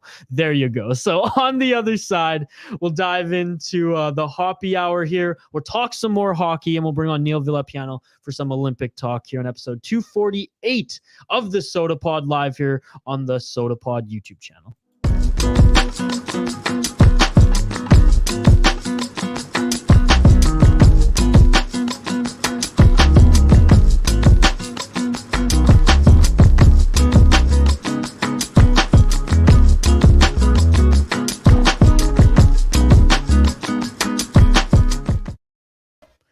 And we are back live here on the Sota Pod YouTube channel with our second guest of the show, Neil Villapiano of the Devil State of Mind podcast and the Hockey Podcast Network YouTube channel. Neil, how's it going? It is going well, my friends. As always, I'm excited to be on the podcast talking with you guys. Hoppy, it's been a while since I last seen you, buddy. Hope you're doing well as always. But yeah, I'm excited to be on and just talking some hockey as usual. And yes, Isha, before you ask, I got it with me. So I'm here. Boy. I'm raring and ready to go. Let me apologize in person, Neil, because I think the last time we interacted legitimately was when you were doing a watch along with Isha. And I was like 100% trolling you in the comments. And then finally Isha told you, and you're just like, fuck. On the DMs on Twitter, he's just like, Neil is way too easy. Yeah, that's it's not one of my stronger suits, but it is what it is. What's going on, Andrew? Good to see you, buddy. Andrew B, also a big fan of Neil. So, okay, before we get into Olympic hockey talk and just some other NHL tidbits in the second hour of the Sota stream here live on the Sota Pod YouTube channel, what are we drinking, Hoppy? We see Neil's got the Villapiano wine, and go back and listen to one of our last Sota Pod episodes. We had Neil and his father on to talk about the Villapiano wine. But Hoppy, what are you drinking? Hey, if you send that out this way, Neil, I'll give it a try. It's not beer. Right. I'll give her a go. All right. So, as you know, I probably should be just drinking water today since I did the winter beer dabbler yesterday, which was just a wonderful experience. We can get into that more. Yep. But I did still pick up a 4-pack today and already drank one because Isha decided that we were going to wait an hour before talking about beers. So one down. On my second one, Honeycomb Catacomb from our friends at Modest. Sick can, delicious beer. So it's a honey double porter, Isha. Wow. Okay. And I don't know how else to explain it besides exactly what you would want. It's a little sweeter than the Dangerous Man peanut butter porter, but it's still kind of roasty, a little sweet. Just swap the peanut butter out for honey. I love me Delightful. some honey. I love me some honey, and I think when we had them on as guests, I mentioned that one too when we were talking about the can art, and I just brought up being like, how is this one? Because this pops off the page for me. Like this, going through their website and their list of beer, that would be the first one that I would want to try. So that's awesome. You can vouch for it. It's a solid beer. Oh yeah, great beer. So I was skeptical about this one. Shane gave me a pack of Spectrum Brewing's just chocolate series. There's a chocolate mint. There's a white chocolate ale. There's a milk chocolate stout, if I'm not mistaken, Shane. And there's a chocolate orange ale. I mean, the can art's pretty basic, Spectrum. Nice. I've had a birthday cake beer from them, which I was blown away. Very good. Subtle birthday cake taste to it, but it was quite good. I was skeptical about this one. I'm not a huge orange chocolate fan. You know those Christmas ones that you like fucking smash on the table and then you can take the piece. I don't hate those. Don't love them. That's exactly what this beer tastes like. So it's not bad actually, and it's not too sweet. It's very faint, more chocolate than orange, which is good because I'm not a huge I don't like too much tang. I don't like orange beers much. Impressed. I'm not gonna lie. I came into this pretty pessimistic. Not gonna lie. I got a dark matter next to me that I was gonna use to cleanse the palate when it was done. But Shane, thank you very much for bringing me these Spectrum beers. Love, so far 2 for 2 with Spectrum that I've tried. Very much enjoy it. Very and nice. Shane saying the white chocolate one is the stout. The rest are ales. Okay. So there. Cool. Well, thank you very much, Shane. This is like I said, I'm quite impressed. And it's still a little cold. It's still chill. So there you go. Do you remember that story about Q, Isha? The microwave? Which one? What is chill? chill? Yes. It is chill. That's all I can think of. Oh my god. Neil, quickly, for those who haven't listened to the episode talking about you and your family's wine, just give us the Coles notes and why they should go back and listen to that. I mean, really, what's great about that episode is that, I allowed, my dad to basically give everybody the backstory, really, of my whole family origin of how we, decided to make wine and, coming to this country. And, again, he spoke on, this is immigrant wine. This is not the type of wine that you normally get at, stores and things like that.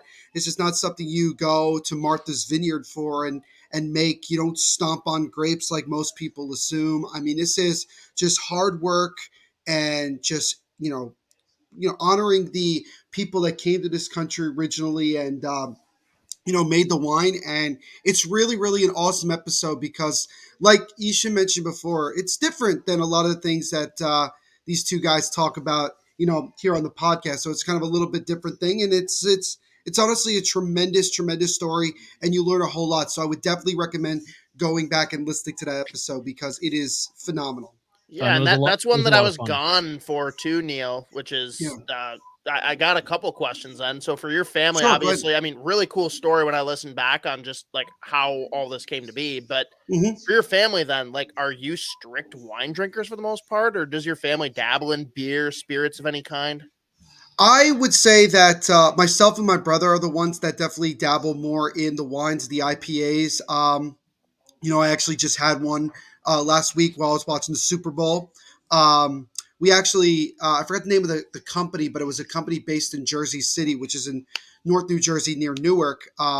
They have one called Brady's Headache, which is basically to crap on Tom Brady. They're all Giants fans and everything, but no, I would say that I do dabble in like IPAs. I really, really do like IPAs. I'm also like you are as well, Hoppy. I'm a big fan of also like can designs. So I actually collect like a bunch that I have like in my room and I have set up.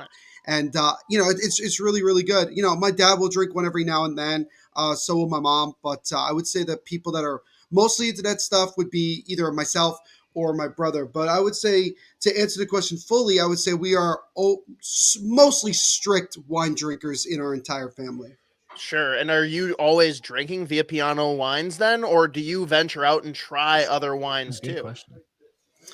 This is a good question because I get this question asked a lot. I would say 99.9% of the time I drink the Villapiano wine.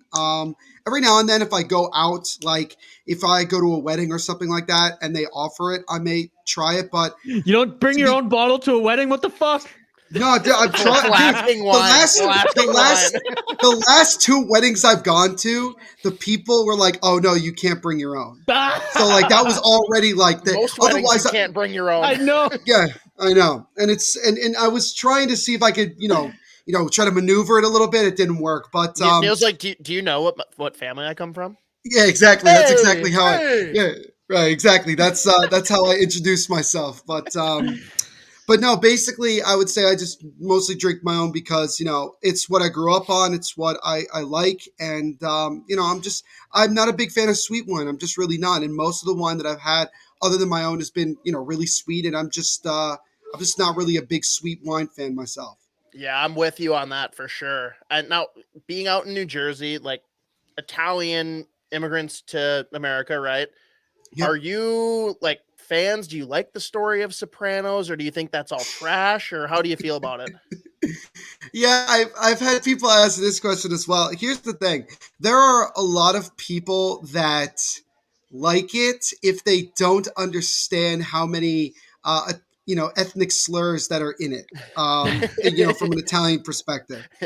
Now, I know a lot of people who are Italian that say, oh, they love the Sopranos, but I don't think they realize how more or less insulting it might be to actual Italian culture. And especially Italian Americans and things like that. So, I mean, I personally never watched The Sopranos. I know that comes as a surprise to a lot of people, but I also just don't think I just never thought it was as big as people put it out to be. I've watched. Well, how could you know if it's as big as people put it out to be if you never watched the pilot? I've watched the pilot. Well, yes, I did watch the pilot, and I've seen clips of it from every now and then. And I mean, it doesn't take a rocket science to figure out what's going on here. I mean, have you ever heard the song "That's Amore"? That's like from start to finish, straight up just ethnic slurs, like just completely from start to finish. So I mean, you get kind of used to that stuff.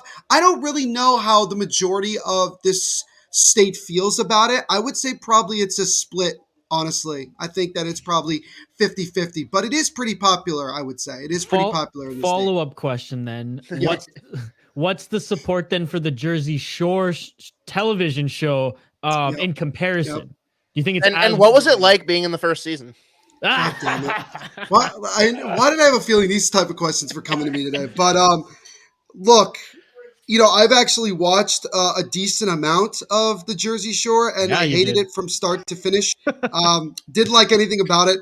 You have to understand that most of the people in the show are not even from Jersey, so that was the first problem with it. From Joyzy. Joyzy. Oh, excuse me. Right. I've lived in this state my whole life, and I've been saying it wrong this entire time. But Didn't no, you I miss would. us, Neil? Oh, dude, I missed you guys so much. There's no doubt about that. But no, I think honestly, like there are again, it's just like with the Sopranos. People love it. People don't love it. I think in some degrees it's given Jersey kind of not a bad name. It's just kind of it just continued to have people embrace the whole knock on Jersey, armpit of America, jokes that I've heard throughout my whole life. And, I'm just not a big fan of it. I've actually had the pleasure, well, I don't know about the pleasure, but I've actually met Mike the Situation. And I mean, he's really is a nice guy.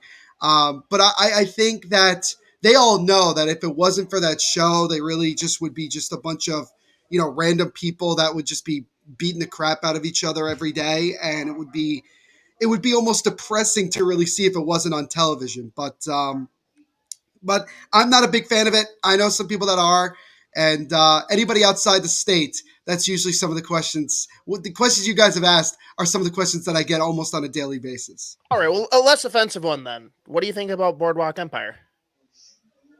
That's pretty good. I'm not gonna lie. Incredible. I mean, Incredible. Honestly, yeah. Again, the thing about it is that like. What's funny about it is that when you watch if you're from this state and you watch this stuff, you have different memories about it. It brings up memories of different things, not necessarily the show itself. I was gonna say Boardwalk Empire was before any of us were born, so that's a fair point, and I think that's better than probably the other two when it comes to just talking about the state and everything. But everybody has to understand New Jersey for a long time has been predominantly Italian. I mean, this is one of the most Italian states in the United States, and there's a lot that that we as Italians take a lot of pride in when it comes to being from the state and how many roots have been put here and things like that. And whenever people whether they do it to be mean or whether they do it to honor when they talk about Jersey, people sometimes feel a certain way.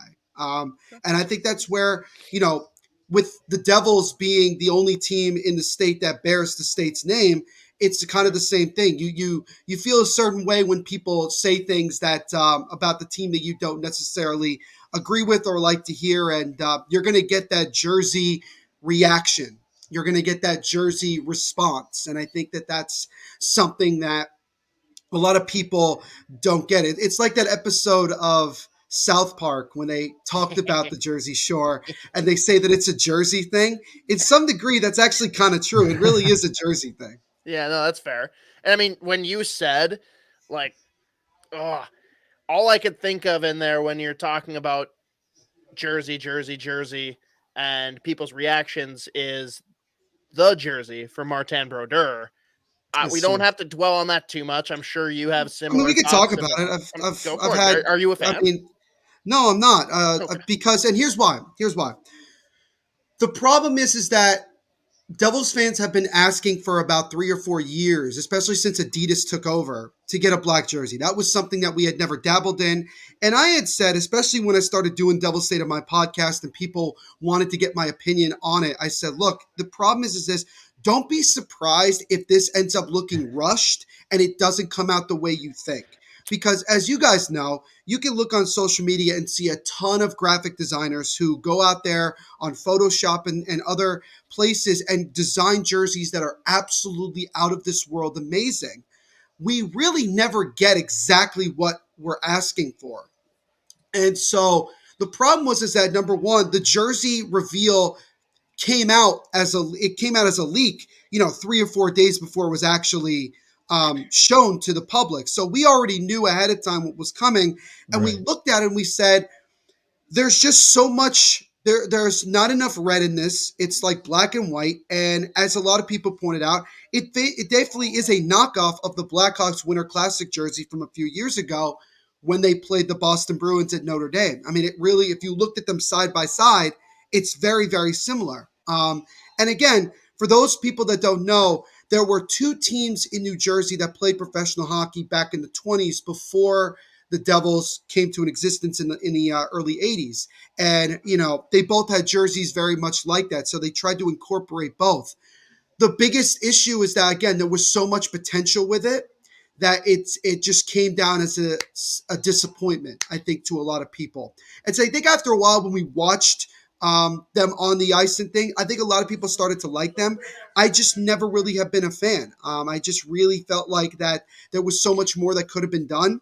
I do want to give credit to the Devils for running with it because a lot of people made fun of it, understandably so. There was a lot of jokes out there, but they did stuff like they have a hat now that just says hat. That is great. I respect that. Yeah. They had the first night that they had the jersey, they were giving out shirts that literally just said shirt. And we were joking about we need to have pants that say pants, socks that say socks. We were just running with it, and we call it the jersey. That's what most people call it. Look, it grew on me a little bit, but I still don't love it. I don't really like it either, but I don't hate it. I'm like very, very mixed about it. So at the end of the day, it is what it is. And luckily, we're getting a new reverse retro jersey next year. So, I'm looking forward to seeing, because I think we might get a Colorado Rockies or Kansas City Scouts Scouts, the man, Scouts would be please. so sick, dude. I think the Scouts would be very, very good because it is still part of the Devils' history. So I think that would be very, very cool to see. So I'm looking forward to that. Maybe they'll try to do a redo of a black jersey with the reverse retro. I don't know. It's very possible. But that would just be my overall opinion of the whole thing. Yeah, Dude, no, that's fair. Jersey, it's and so you nice. talked about the jersey itself being disappointing. Let's talk about the team this year. Like, in your personal opinion, from your expectations, do you think that this is a disappointing season? 110%. And look, I understand that COVID hit us a little bit. We've had injuries to a lot of key players. Dougie Hamilton, Mackenzie Blackwood is out probably the rest of the season. We haven't had Miles Wood all year. Jack Hughes got hurt, was out 17, 18 games. It's been very, very difficult. And what's frustrating, and granted, I just cover the Devils, so I don't always watch every team religiously, but it does feel like the Devils for the last year or two have gotten a lot of the bad luck, with COVID and injuries and just not just having growth be stunt, just completely not moving in the right direction. But I think when you look at the team and you look at the pieces that we added, Dougie Hamilton is as good as advertised. He's tremendous. When he's healthy, and luckily he should be back relatively soon. He's practicing. He's wearing a regular jersey. So the hope is that maybe by Thursday of this week, when we come back to play, that he actually does play, because we would definitely like to get him back. But the reality is simply this. We lack consistent scoring. We have maybe 2 or 3 guys on this team that could put the puck in the back of the net. We have Jack Hughes. We have Jesper Bratt. And to a lesser extent, although he has been playing better, we have Nico Hischier. The rest of the team, even Tomas Tatar, who when we signed him, I thought it was a pretty solid deal. It just hasn't really gone the way that we expected. And then Jonathan Bernier, we thought would be that solid number 1B goaltender to Blackwood.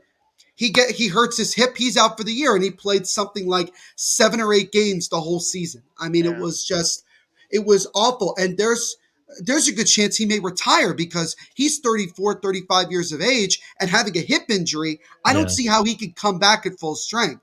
Well, and look at Corey Schneider, right? Look at his hip injuries. Yeah. I knew that was going to come up, but Schneider was never the same. Well, hang on. Hey, let's stick with that, Isha. So we're going to talk about ties between the Canucks and the Devils.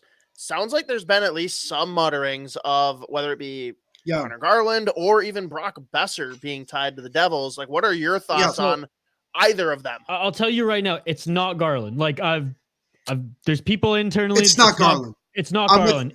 Besser's being shopped hard, and New Jersey is very, very interested. Look, the Canucks.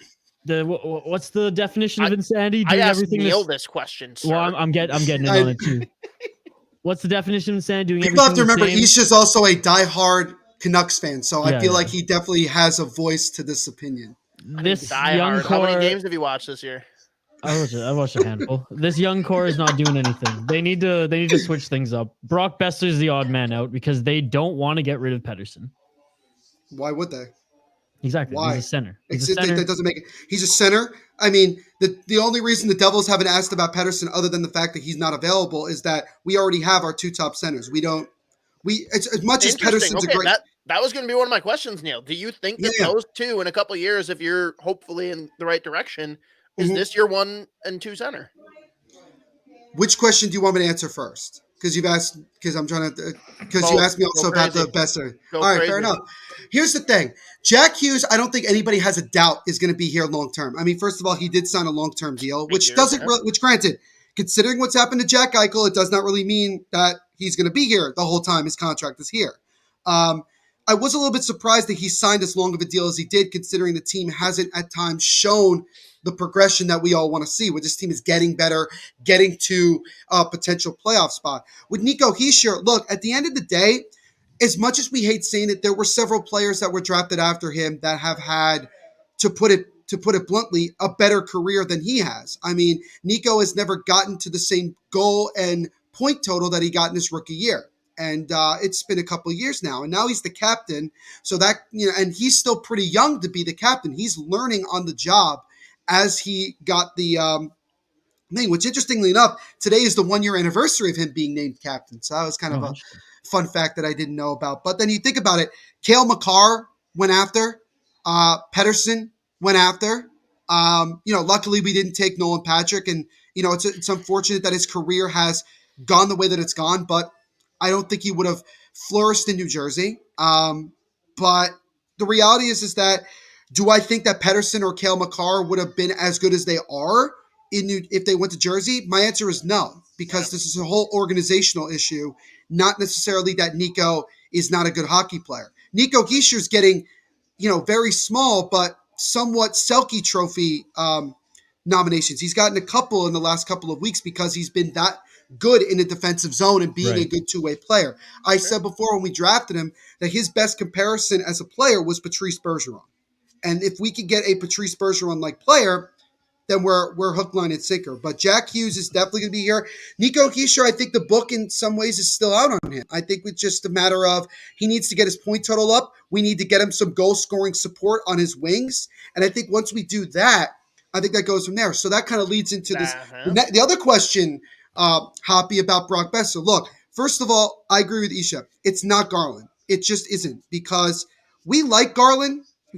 Speaking to a lot of Devils fans, we like what Garland brings to the table. The problem is that Garland has a ton of value considering what the Coyotes ended up getting for him in that deal. The Canucks don't want to move him. And the Canucks don't want to move him. I've spoken to several Canucks, people, and they said, look, we're not moving Garland. I don't know why this keeps coming up, but Garland's definitely not moving. We also just gave him a long-term deal. Why would we just give up on him not even a full season into Vancouver? Because Jim Rutherford. Well, actually, Jim Rutherford's the one who commented on that on was it Donnie and Dolly on Czech radio not too long ago. It was like last week. Yeah, Neil knows. He listens to Czech news of Vancouver Island. Come on, Hoppy. Well, I mean, especially here's the thing. Here's the thing. When we start, whenever the Devils are involved in something, I try to listen to the other side as much as possible. So I try to look for things. So we try to listen to different things. I try to listen to different things because I want people to understand, especially when I'm on the podcast. Look, it's great that we could talk about who are we willing to give up in a trade. The question is, what is Vancouver asking for? What do they want in return? And here's the thing. Here's the thing. People are talking about Vancouver's interested in Pavel Zacha. I'm gonna tell every Vancouver fan, no. He's not that good. I don't know what you think you're getting in Pavel Zacha. You're getting a very inconsistent player who's been in the league for 7 years already.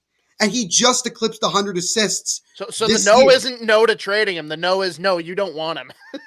That's the thing. If you want to if you're willing to give us something for him, we may not say no to that. The Canucks are only moving Besser for defense.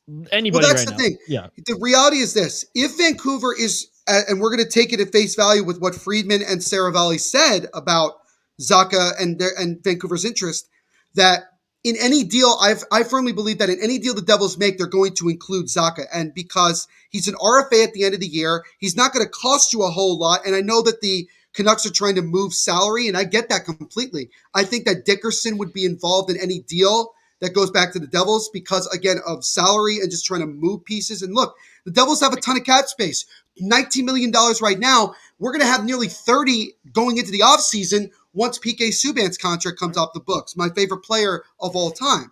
So when you look at it, that's an inside joke between me and Isha. But I picked up on it without being part of the joke. Don't worry. Fair enough. But you look at it, and I say to myself this. When I talk to Vancouver people, they're split down the middle with Besser. There are people that say we want to keep Besser. We feel that he's going to be a part of this core. And then other people that said, look, he could get us some really good value right now. And the reality is that teams are also looking at this.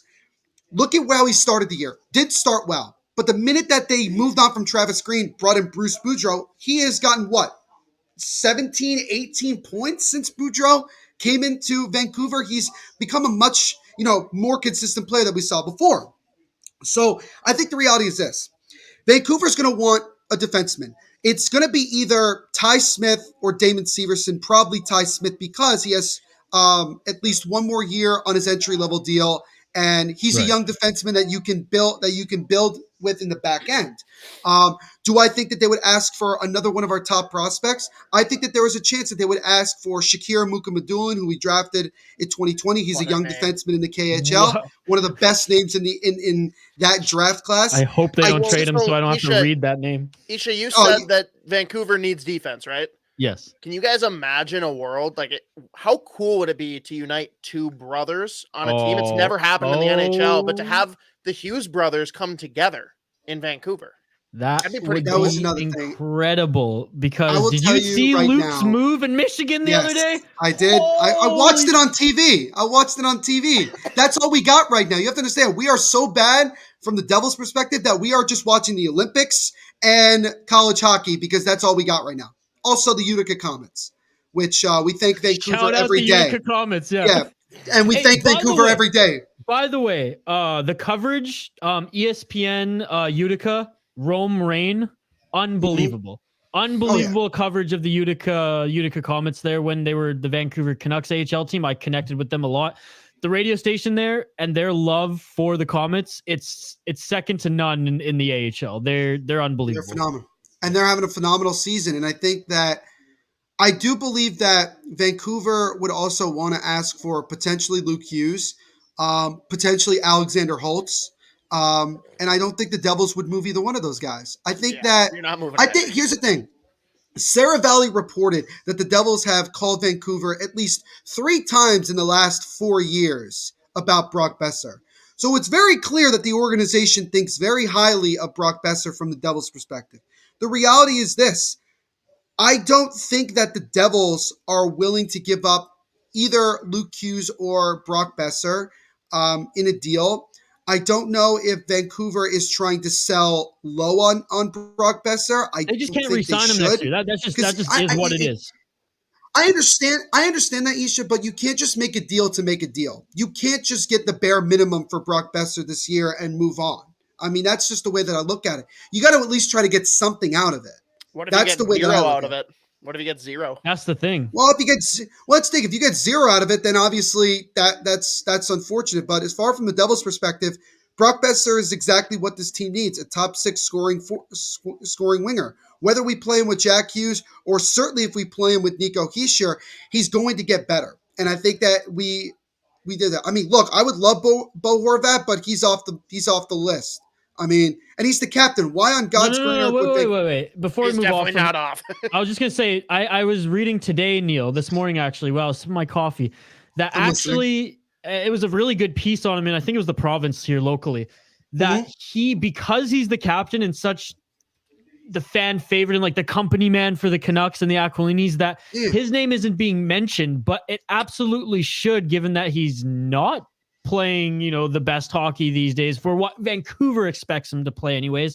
His contract's coming to an end, and it doesn't matter if he's a captain or not. He's definitely an expendable player if the Vancouver Canucks want to move forward with Pettersson and a JT Miller instead of Bo Horvat. So I do want to pivot from this Vancouver Canucks conversation as much as I love it here on the Sota Pod.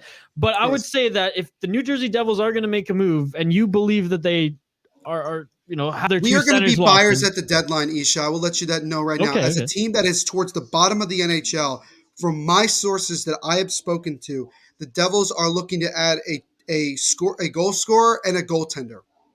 And a goaltender not just for the rest of this season, but a goaltender for the future, because we don't know if Blackwood is the guy at this point. We really don't. And it's unfortunate because he's still young, but because he keeps getting injured, and I blame the Devils for that, but because he keeps getting injured, we just don't know right now. And we need NHL talent goaltending right now. We don't have that really right now. I mean, we're playing John Gillies and we have a rookie. I mean, that's what we got right now. So I would say to a lot of people, do not be surprised if the Devils end up being more buyers than sellers at the deadline.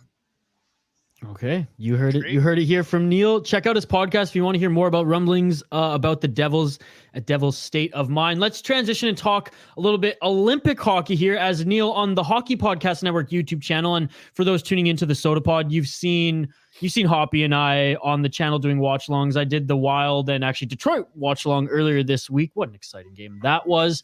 But Neil's been doing a ton of the Olympic coverage on the Hockey Podcast Network YouTube channel. So before we dive into just like specific questions that Hoppy and I have stemming off our conversation here, overall, I know there was a lot of drama around this Olympics, around this tournament. The NHL players not coming, seemingly last minute due to just COVID, due to just political reasons, also it being held in Beijing, China. But now that it's wrapped up, the opening ceremonies, last night, or sorry, the closing ceremonies last night after the gold medal game. What was your takeaway, both on the men's and women's side, from this year's Olympics? And I mean, you can go off on any individual stories or individual highlights from your time covering this tournament. I would say starting with the women, look, you could start to see that there are other countries that are starting to get better at the sport from the women's side. You could start to see the competition.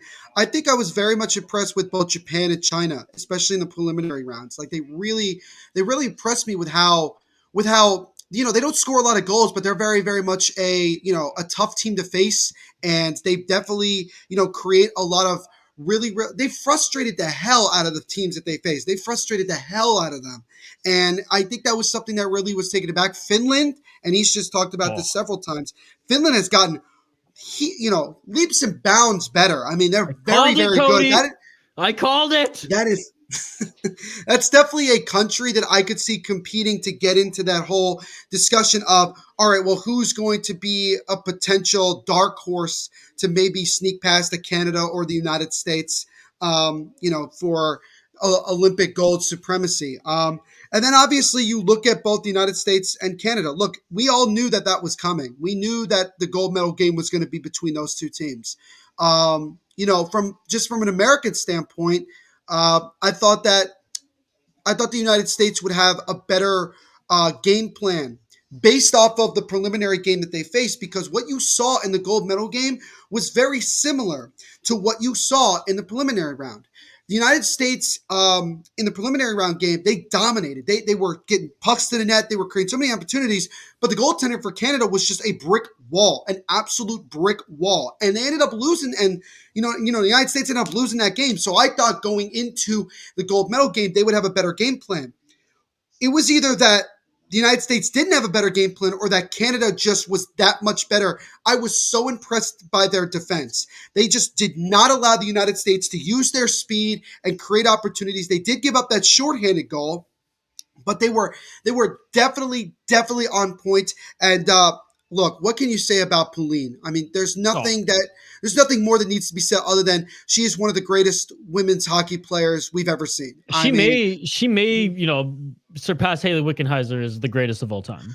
I think Haley Wickenheiser I think she knows that's coming too. I think she sees it the way that she's talked about Pauline. And you think about it. Look how long she's been a part of Team Canada. Look at the amount of Olympics that she's been a part of. Neil and Hoppy, anybody listening? So she played U17 with the Canadian boys at that time and was second in the tournament scoring behind Jonathan Marchessault, another undersized, quote unquote, player. I say undersized because a woman playing in that league or that tournament at the time.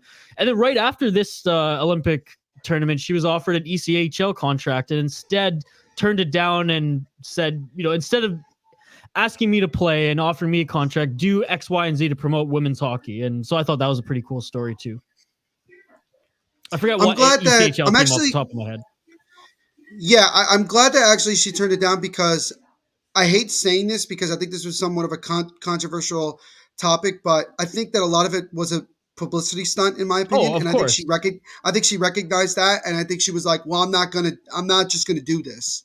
I'm not gonna come in here and just try to be like that. I want this. I want the women's game to be promoted more, and that's why I'm glad about the Premier Women's Hockey League, which was originally the NWHL, is now on ESPN Plus, and people are starting to watch it a lot more. It's important. It's very important that these women are getting recognized more for how incredibly talented they are. I mean, I think that that's something that needs to be said, and I'm not surprised that Pauline was the best player on the ice for that gold medal game. She did it badly. You could see it. And what was so interesting is that when she scored, which made it 2-0 in the first period, she didn't even have that much reaction. She was more like relieved that she had scored, and that you could see that she was just pumped up, internally, that she had scored. And I was just incredibly impressed. And Canada deserved to win that game. They definitely deserved to win the game. I'm not surprised it was a close game. I actually thought it was going to end up going to overtime or shootout, because that's what we've seen in years past. But I think overall the women's game was good, and it's getting better, and people are starting to notice it more, which is good. Now, as far as the men is concerned, look, again, just like in 2018, we really don't know exactly who is the favorite going into it. I guess you could have said ROC, considering the amount of talent from the KHL and former NHL players that they had. But I think it was more or less wide open. And that's the only thing as a hockey fan that's fun, is that it was more wide open. We didn't have to, with the NHL players, it would be easier for us to go, well, it's Canada, United States, probably Russia, and Sweden. That would have been like definitive, like top four. With this, it was like, I guess definitive top four. I think for most people it would have been no respect for Finland. Still no respect for Finland. Well, Finland would have been top 5. If you want to go top 5, Finland would be in the top 5. I don't doubt that. But you got to look at what no respect. You got to. I know. It's unfortunate, but Finland earned a lot of my respect in these Olympics, and that was without NHL play. Well, I'll get to it, Javi. I'll get, I'm building it up. I'm building up this timeline. Exactly. But, I'll start with the United States perspective. They underperformed at the end of the day. We were very impressed with the fact that they went 3-0 in the preliminary round, and they looked like the team to beat going into the elimination round. And they go up against Slovakia, and God bless those Slovakian people. They are such wonderful people. They just had a game plan that the United States could not figure out. And, you knew that in many ways from the United States perspective that something was wrong after Slovakia had tied the game with just seconds to play in the third period. It was like, all right, this is not going to go well. And once it got to a shootout, I mean, the shootout attempts were pretty pathetic, to say the least. I mean, they were not good. But it was another disappointing year where the United States walks away with no medal and doesn't even get close to winning a medal. From Canada's perspective, it was the same thing. Yeah, they didn't do much better. They got shut out 2-0 to a very good Sweden team. I will not deny it. Very good Sweden team. Would it bother the United States and Canada that they lost to the two teams that played the bronze medal game? I think it would a little bit. Maybe from the United States perspective, you feel a little bit better that you lost to the bronze medal winners, but it was still disappointing nonetheless. Now, looking at Slovakia, again, I interacted with a lot of Slovakian fans, a lot of them. Yeah. I mean, they came on for the game against the United States that I did. Yeah, well, I was just going to say, that was going to be one of my questions too, is like, talk about the Slovakian fans and just the hockey team. Because one of the best comments I saw on that live stream was, I was literally driving to work I've turned around driving to the bar. Thanks for streaming this game. And I was like, fucking right. And apparently they partied hard, like Finland winning the gold style partying, right? Yeah, exactly. And interestingly enough, the Devils have actually the most Slovakian players on their team. Christian Jarosz, Tomas Tatar, and Marian Studenic. And so we got a really good perspective from talking to them about how important it was. What people don't understand, and I mentioned it on the stream, that was Slovakia's first ever Olympic medal. Because remember, they used to be Czechoslovakia. Now they're Slovakia. Slovakia, that was the first medal they won. So for them, you could see how hard and how bad they wanted that medal. They played so hard. They were the better team in that game. And of course, finally got their first and only power play goal in the game that mattered, which I think was phenomenal. And talking about this kid Slavkovsky, 7 goals in the entire tournament, which tied in with Eddie Olczyk for the most points in a single, Olympic tournament in Olympic hockey history. This kid just upped his draft stock for this upcoming draft by a ton. I mean, he's going to be a top 5 pick, certainly top 10. This is going to be a kid that a lot of people are going to be looking at to potentially draft next year. But talking about the fans of Slovakia, they, for some reason, the stream that they had didn't shut off after 2 periods. So lucky us, they jumped on with us and were interacting with us the entire 3rd period and overtime and shootout of the game against the United States. And even yesterday, doing the live watch along, 8 o'clock in the morning for me, talking to so many Slovakian fans, watching that game, you could see how much pride they have in their country for being a relatively small country and how much it matters to them to win an important game like this against a hockey superpower in Sweden. It was a big, phenomenal win, and I loved it. I love these Slovakian fans. They are diehard hockey fans, and it was a tremendous experience that I'm going to cherish for the rest of my life. Wow. Well, amazing. You did an amazing job there. And like Hoppy, I shit you not, when he was talking about when their broadcast cut, I was watching the stream, like it was on the background. I was doing whatever I was doing, eating dinner probably. And I watched and it was like 30 viewers, 70 viewers, like 180 viewers. And then just like go Slovakia, screw America, this and that, like going off. And like Neil, the pro that he is, addressed every single comment and was still able to comment on the game. So I'm glad you had fun, Neil, because it was a tremendous boost for the THPN channel.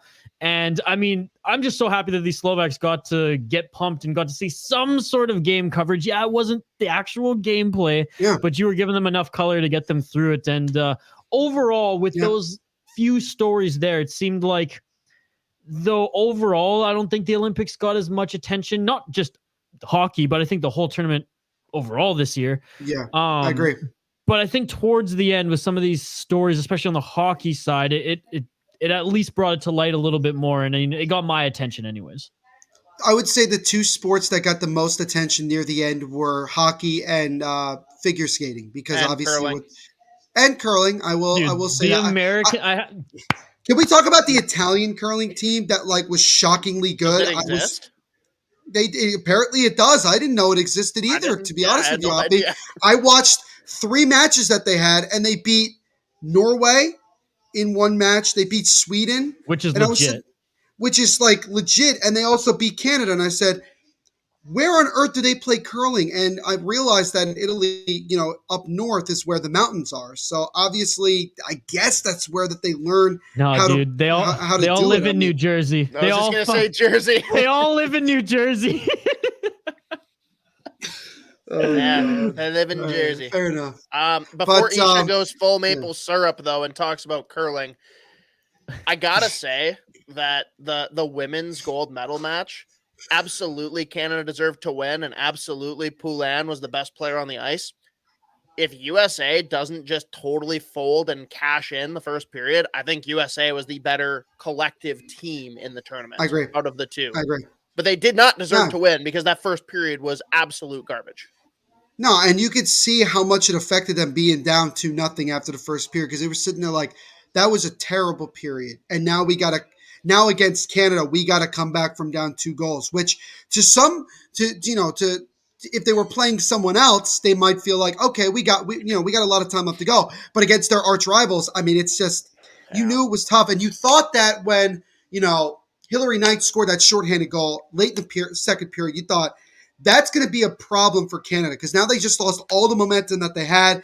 You could see how pumped up the USA was getting a shorthanded goal.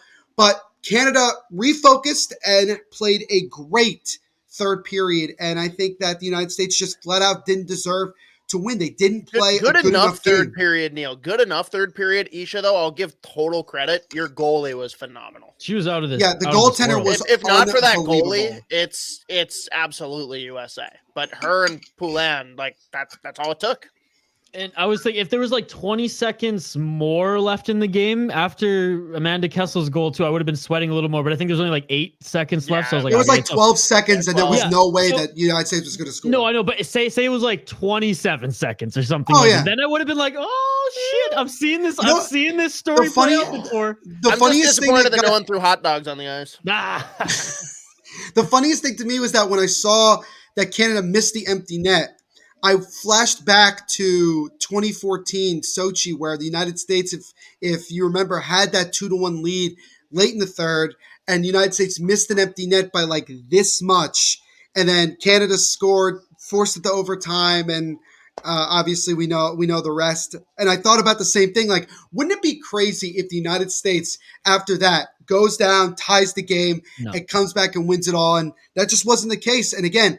And I'm with Hop 100%. Canada deserved to win that game. They had a game plan that worked, that they put into perfection. It was very impressive. So, do you want to see NHL players back at the Olympics? Yes. Maybe next time around. 1,000,000%. 100%. I love watching Olympic hockey with NHL players. And the other thing is this: look, and here's the thing: the IIHF and the Olympic Committee know this. They know this.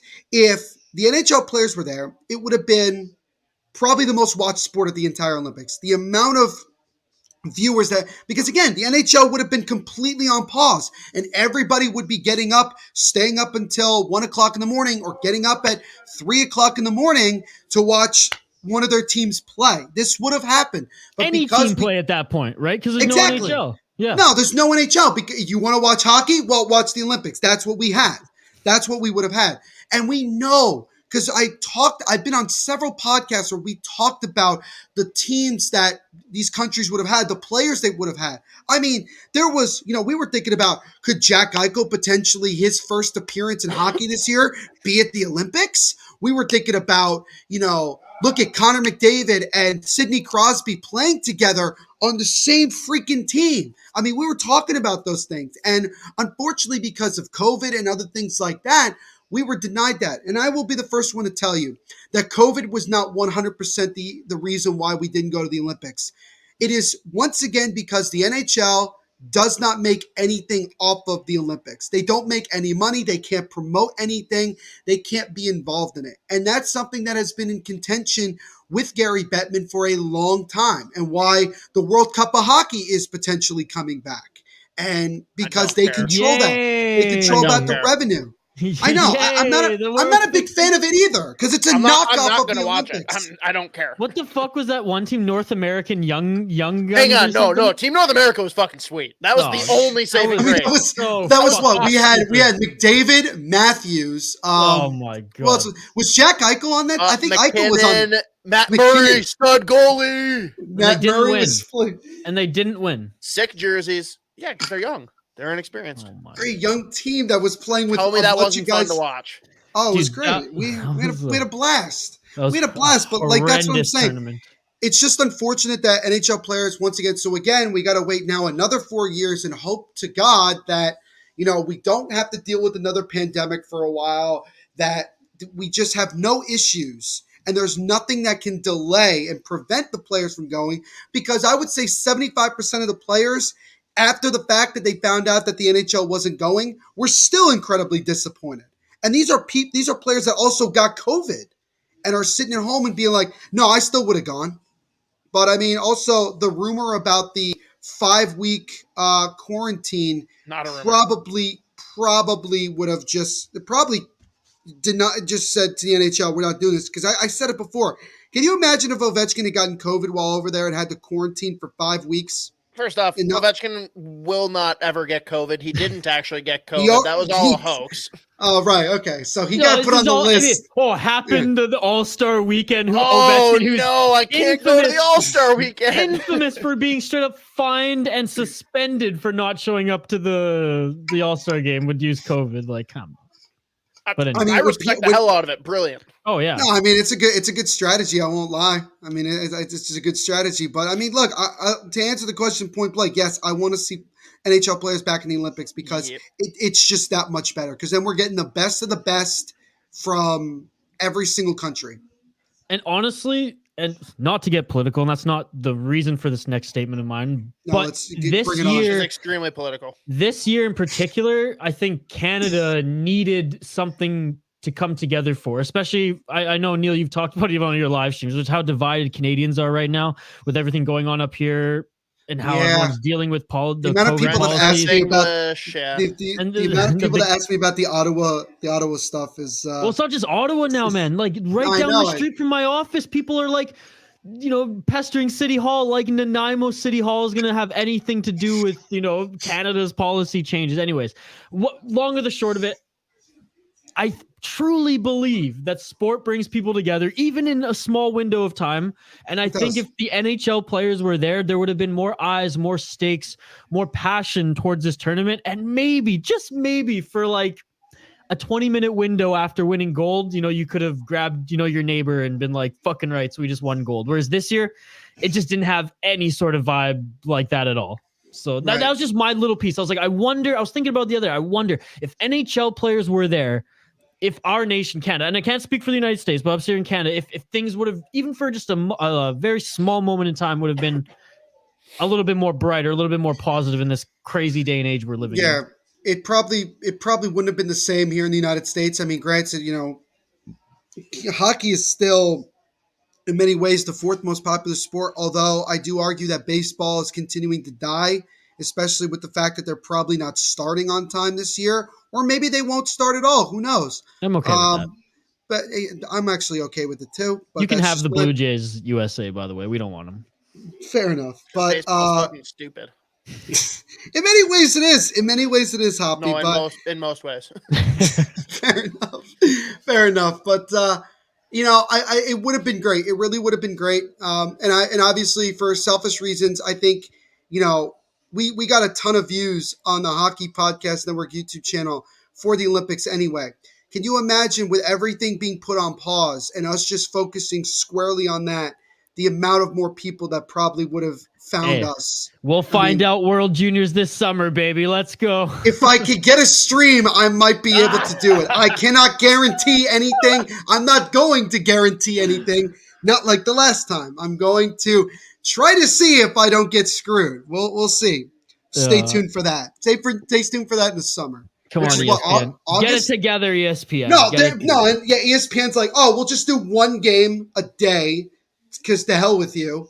And then they will be like 15 minutes beforehand. No, we're going to cancel it so you can watch Mississippi State play Butler in a basketball game that most people don't care about. Even worse, Neil, they're going to give us every game, but only Barry Melrose will commentate. Oh, that would be I don't know about watch. I don't know. That's tough. That would be a trip. That would be a trip. Now, Neil, last thing here then. You said you wanted to talk about the Wild. Just lay it on me. Contender. Why or why not?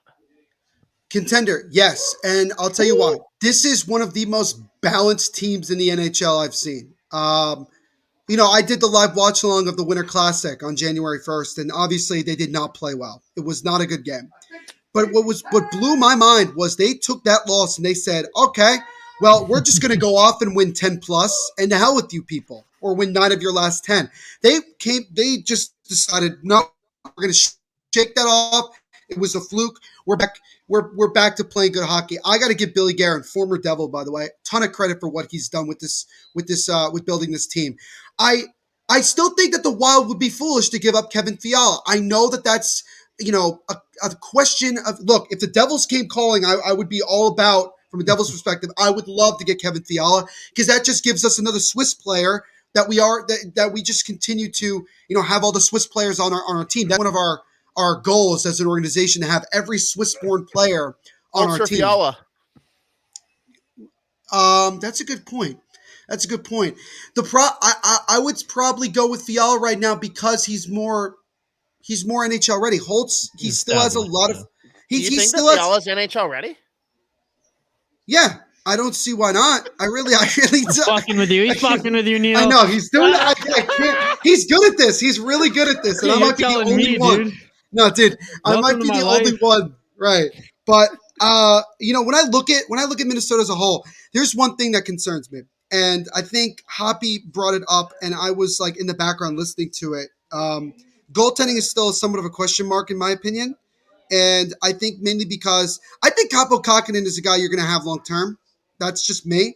Cam Talbot, I don't really know. I mean, first of all, I will say this. The Minnesota Wild got the steal of the first round of last year's draft by getting Jesper Wallstedt at where they got him. I mean, and then Lambos were both steals. How did Lambos fall? I know. It was just one of those things where I looked at it and said, people weren't talking about Minnesota enough in that draft. And I said, can we talk?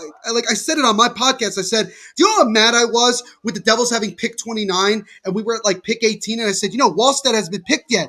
Maybe the Devils should trade up because he's that damn good.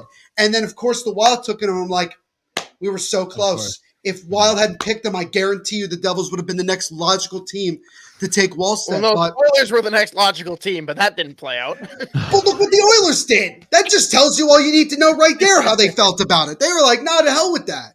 But I look at Minnesota, and they are a team that, and I'm not saying this is going to happen, but I look at a team, I look at the Chicago Blackhawks, and I look at what's going on with Fleury, and I'm not saying that they should do this, but I do think that if Fleury is interested in coming to Minnesota to be that number one, I honestly don't think that's a bad move from Minnesota's perspective because here's the other thing.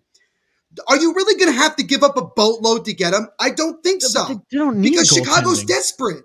Okay, so here's what you do. You make it, you're going to, what do you mean they don't need goaltending? Cam Talbot is very inconsistent in my opinion. I'd rather have Kähkönen. They got Kähkönen. We're good. Neil, but do you trust both? Do you trust both of them? Your number one concern?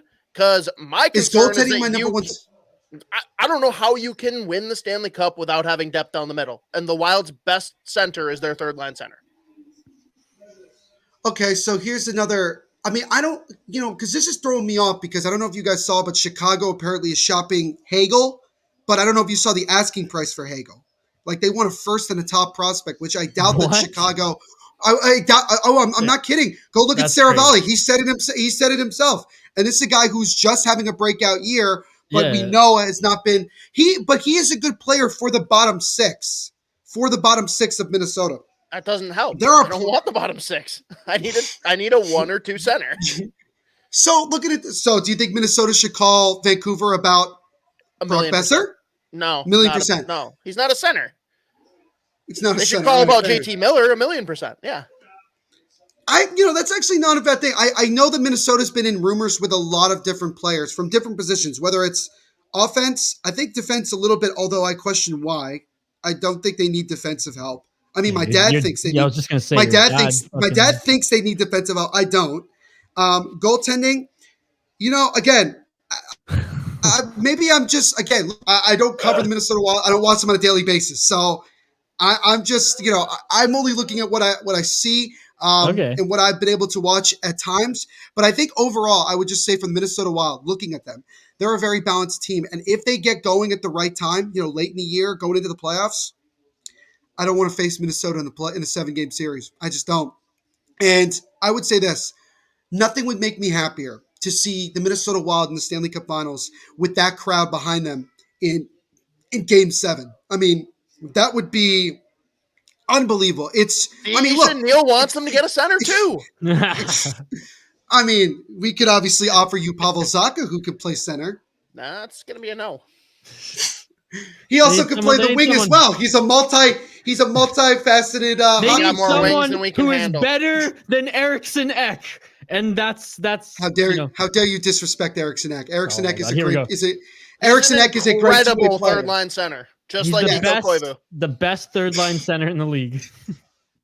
I mean, he's still good. I mean, we're not saying he's bad. he's still good, but I think that overall, What team, Neil, has won a Stanley center. Cup? Yeah, what team has won a Stanley Cup without a top center? Zero. There are 0 teams. So as much as maybe the Wild are the outlier here, it seems pretty evident that like they need depth or a top center. Do you feel that, I'm asking you guys this question because you guys are obviously the experts when it comes to the Wild. Do you feel that, well, it's bold, but it's true. Do you feel that the Minnesota Wild, would you be let me ask you this. Would you be satisfied if the Wild did nothing at the deadline? Just tells me that they're not trying to win it this year, which is fine. Yeah, I would be okay. So Hoppy, other than JT Miller, other than JT Miller, Hoppy, who would you want to see? Who would you like to see the Wild try to go after? Claude Giroux, Tomas Hertl, Joe Pavelski, JT Miller. I don't give a fuck. Get me a center that can play between Boldy and Fiala. Don't care.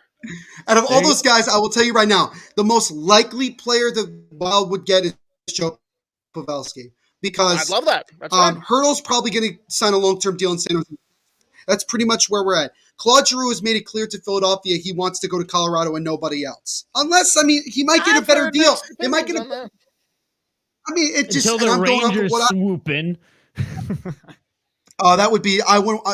As a Devils fan, nothing would make me laugh harder than to see Claude Giroux go to the Rangers. Nothing would make me laugh harder at Flyers fans to see Claude Giroux, the captain and fan favorite, go to Broad Street over go to Broadway over Broad Street. That would be great. But I think that, and I'll speak about this because I've said this before. I also am a San Jose Sharks fan. I'll tell you this about Joe Pavelski. He is the greatest player when it comes to deflecting pucks in front of the net on the power play that I've ever seen. And he's a leader. And I think that getting more leadership into that locker room. Do you know where he's from? Do you know where he's from, Neil? He's also, I know he went to Wisconsin, so I'm assuming he's from Wisconsin. That's what I thought. Yeah, which in the scope of the NHL basically means he's from Minnesota. Fair enough. So, look, and he's also a really, really good centerman. He really is. He can win face-offs, and he could definitely be a guy that you stick on your power play. What's a face-off win, Isha? I've never heard of that. But Joe Pavelski, I think, would be an excellent. And honestly, I don't think you'd have to give up a ton for him either. I really don't. Because we don't know what Dallas is trying to do at this point. I feel like they're in purgatory. Do they want to keep with this core, or do they want to try to start moving forward with other guys? I think that's definitely a question that still needs to be answered. But I like Joe Pavelski going to Minnesota. I really do. I think that would be the best of the bunch of centers that you got it. Because again, leadership, really consistent on the power play. Guy can tip pucks like it's nobody's business. And also, I should add, he is a very physical player as well. And I think physicality to that top six, I think, would be massive. And like you said it, probably the easiest to acquire out of the entire bunch there. All right, Neil, we're just about out of time here. We're about to close off our first Sota stream in a very long time. First of many here. Again, every Sunday. If it's not a game day, we'll be doing live watch alongs. I know we'll be doing a live 2-hour Sota stream. Basically talk show, interacting with everyone, commenting, bringing on guests, and streaming live for you here on the Sota Pod YouTube channel. We have watch-alongs, more beer content, and a lot more videos coming out here on the channel, so subscribe if you haven't already. If you're listening back to the podcast and haven't subscribed to the YouTube channel, jump on it. Just search the Sota Pod. And if you've been tuning in on Twitter, we encourage you in the next one to jump on our YouTube channel, as you can't comment on Twitter anymore. We want to be interactive with you all here on the YouTube channel. So please subscribe the Sota Pod. Before we close out the show and let you go, Neil, again, plug away, sir. Where can the folks find you? What do you got coming up here on the podcast and the YouTube channel, THPN? So well, first of all, again, as always, guys, thanks for having me. I love coming on and hanging out with you guys. Again, 2+ years ago, this was the first podcast of the network that I found and I interacted with, and I got you guys are the reason that, and also Dylan as well, that I got my opportunity to do this and be a part of this network. But you can check out the Devil's State of Mind podcast wherever you listen to podcasts. We cover all things New Jersey Devils. We have new episodes that come out every Monday and Thursday, so I have a new episode coming out on Monday. And you can follow us on Twitter at Devil's State, Instagram at Devil's State of Mind, And you could also like us on Facebook as well. And as always, I'm on the Hockey Podcast Network YouTube channel doing live watch-alongs of NHL, as well as international games like the Olympics. I try to do at least 2 to 3 streams a week. So I'll hit up Josh this week and see what games I can do. And I'm looking forward to doing more as the year progresses. But definitely love hanging out with you guys. And hopefully some people here get a chance to check out the Devil's State of Mind podcast, because there's a lot of similarities with regards to how the teams have been built and history-wise between the Devils and the Minnesota Wild. And obviously, nothing would make me happier to see you two guys doing a live stream of Game 7 of the Stanley Cup Finals when Kirill the Throw Kaprizov is scoring the game-winning goal in overtime to give Minnesota its first Stanley Cup in franchise history. So I'm looking forward to that one. And half of its residents a heart attack. Thank you so much, Neil. On the other side, we'll quickly wrap up the show here on the Sota stream, episode 248 of the Sota Pod.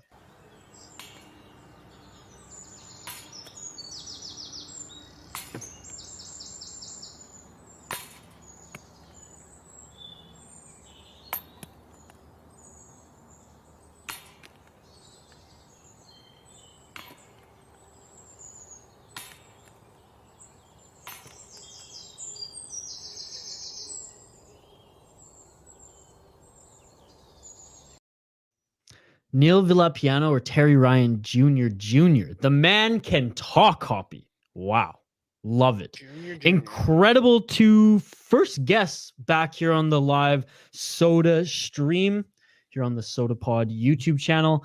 I know we're a little bit over, the time that we kind of allotted for this, but we had to quickly, before we wrap up, talk a little bit at least, and we'll bring it over to the next podcast, of course, but about the Beer Dabbler, the weekend Beer Dabbler. Just a few more words on that before we wrap things up, as it was, from what I heard, an incredible Saturday at the Winter Dabbler. Yeah, I mean, anyone that hasn't experienced it, make sure you prioritize it next year. I don't know. Some of the people I was with complained about it being too cold. I thought it was fine as long as you dress accordingly. But literally, just imagine, I think 120 breweries that have a tent set up with anywhere from 2 to 5 beers that they're pouring for you. You walk up with your little sample cup, they fill it up, you keep walking and move on to the next one and get in line. It's a lot of fun. And of course, our boys at Back Channel had the setup at the very front corner. They had their own DJ on site. They were getting the party going. Yeah. They were selling necklaces with snacks on them. They had everything going. So obviously always shout out to Josh and all of the crew over at Back Channel, but quite the spread. There was a chunk of breweries even that weren't from Minnesota, not a big group, and they were the ones that actually cleared out the earliest. Soft. But man, it was across the board, just great experience. Love to hear it. I don't know how else I can speak more fondly. No, that's amazing. We really appreciate everyone who went and supported. And I know I said if it was going to be canceled, it was going to happen in April when I was there. I'm glad that everyone got to experience it this weekend and there was nothing interfering with it or cause it to be pushed. We'll continue to connect with Beer Dabbler and pump up any of the events that they have coming this spring, this summer as well, because everyone there is so much fun to interact with and they do an outstanding job, as Hoppy just outlined. And that's going to do it pretty much for the show this week, ladies and gentlemen. Thank you for those tuning in on Google, Spotify, and Apple Podcasts on the audio side. Thanks to everyone tuning in live, the few people who tuned in live. We really appreciate it. And back here on YouTube, checking us out. Subscribe if you haven't already. Like the video. It helps us out tremendously. We will have more beer content, more hockey content. And of course, every Sunday, barring game days, which we'll probably we'll be doing watch-alongs, we'll have 2 hours, a 2-hour show, yes, here on the Sota Pod YouTube channel. And we'll be featuring guests and all sorts of hockey talk and beer-related topics. On the podcast side, though, please, the best thing you do for us this week, any week, is to give us 5 stars on iTunes and Apple Podcasts. Go listen to our website if you're jonesing for more hockey content, or check us out on YouTube, the Hockey Podcast Network. And, of course, any of the podcasts you support on your app, please download the episodes before you listen, as it just helps our business. Don't forget to follow myself at VI Sports Talk on Twitter. You can follow Hoppy at State of Hoppy, and of course the Sota Pod at the Sota Pod. You can find us on Facebook, Twitter, and of course where you're watching us now on YouTube. Support the channel at Hockey Podnet and our two guests as well, Devil State of Mind, as well as Everything College Hockey. Well, Hoppy, first stream in a long time. I'd say it was a success. No, it was a success, but next time I'm absolutely vetoing you, and you say we're going to wait an hour before getting into beer. All right, beer right off the hop. Beer early. Gotcha. All right. Well, with that being said, folks, signing off, I'm Isha Dromi alongside the State of Hoppy. This has been the Sota Stream presented by the Hockey Podcast Network. We good, man? We good. Don't fear. Just drink some beer. Subscribe to the damn channel and stay wild.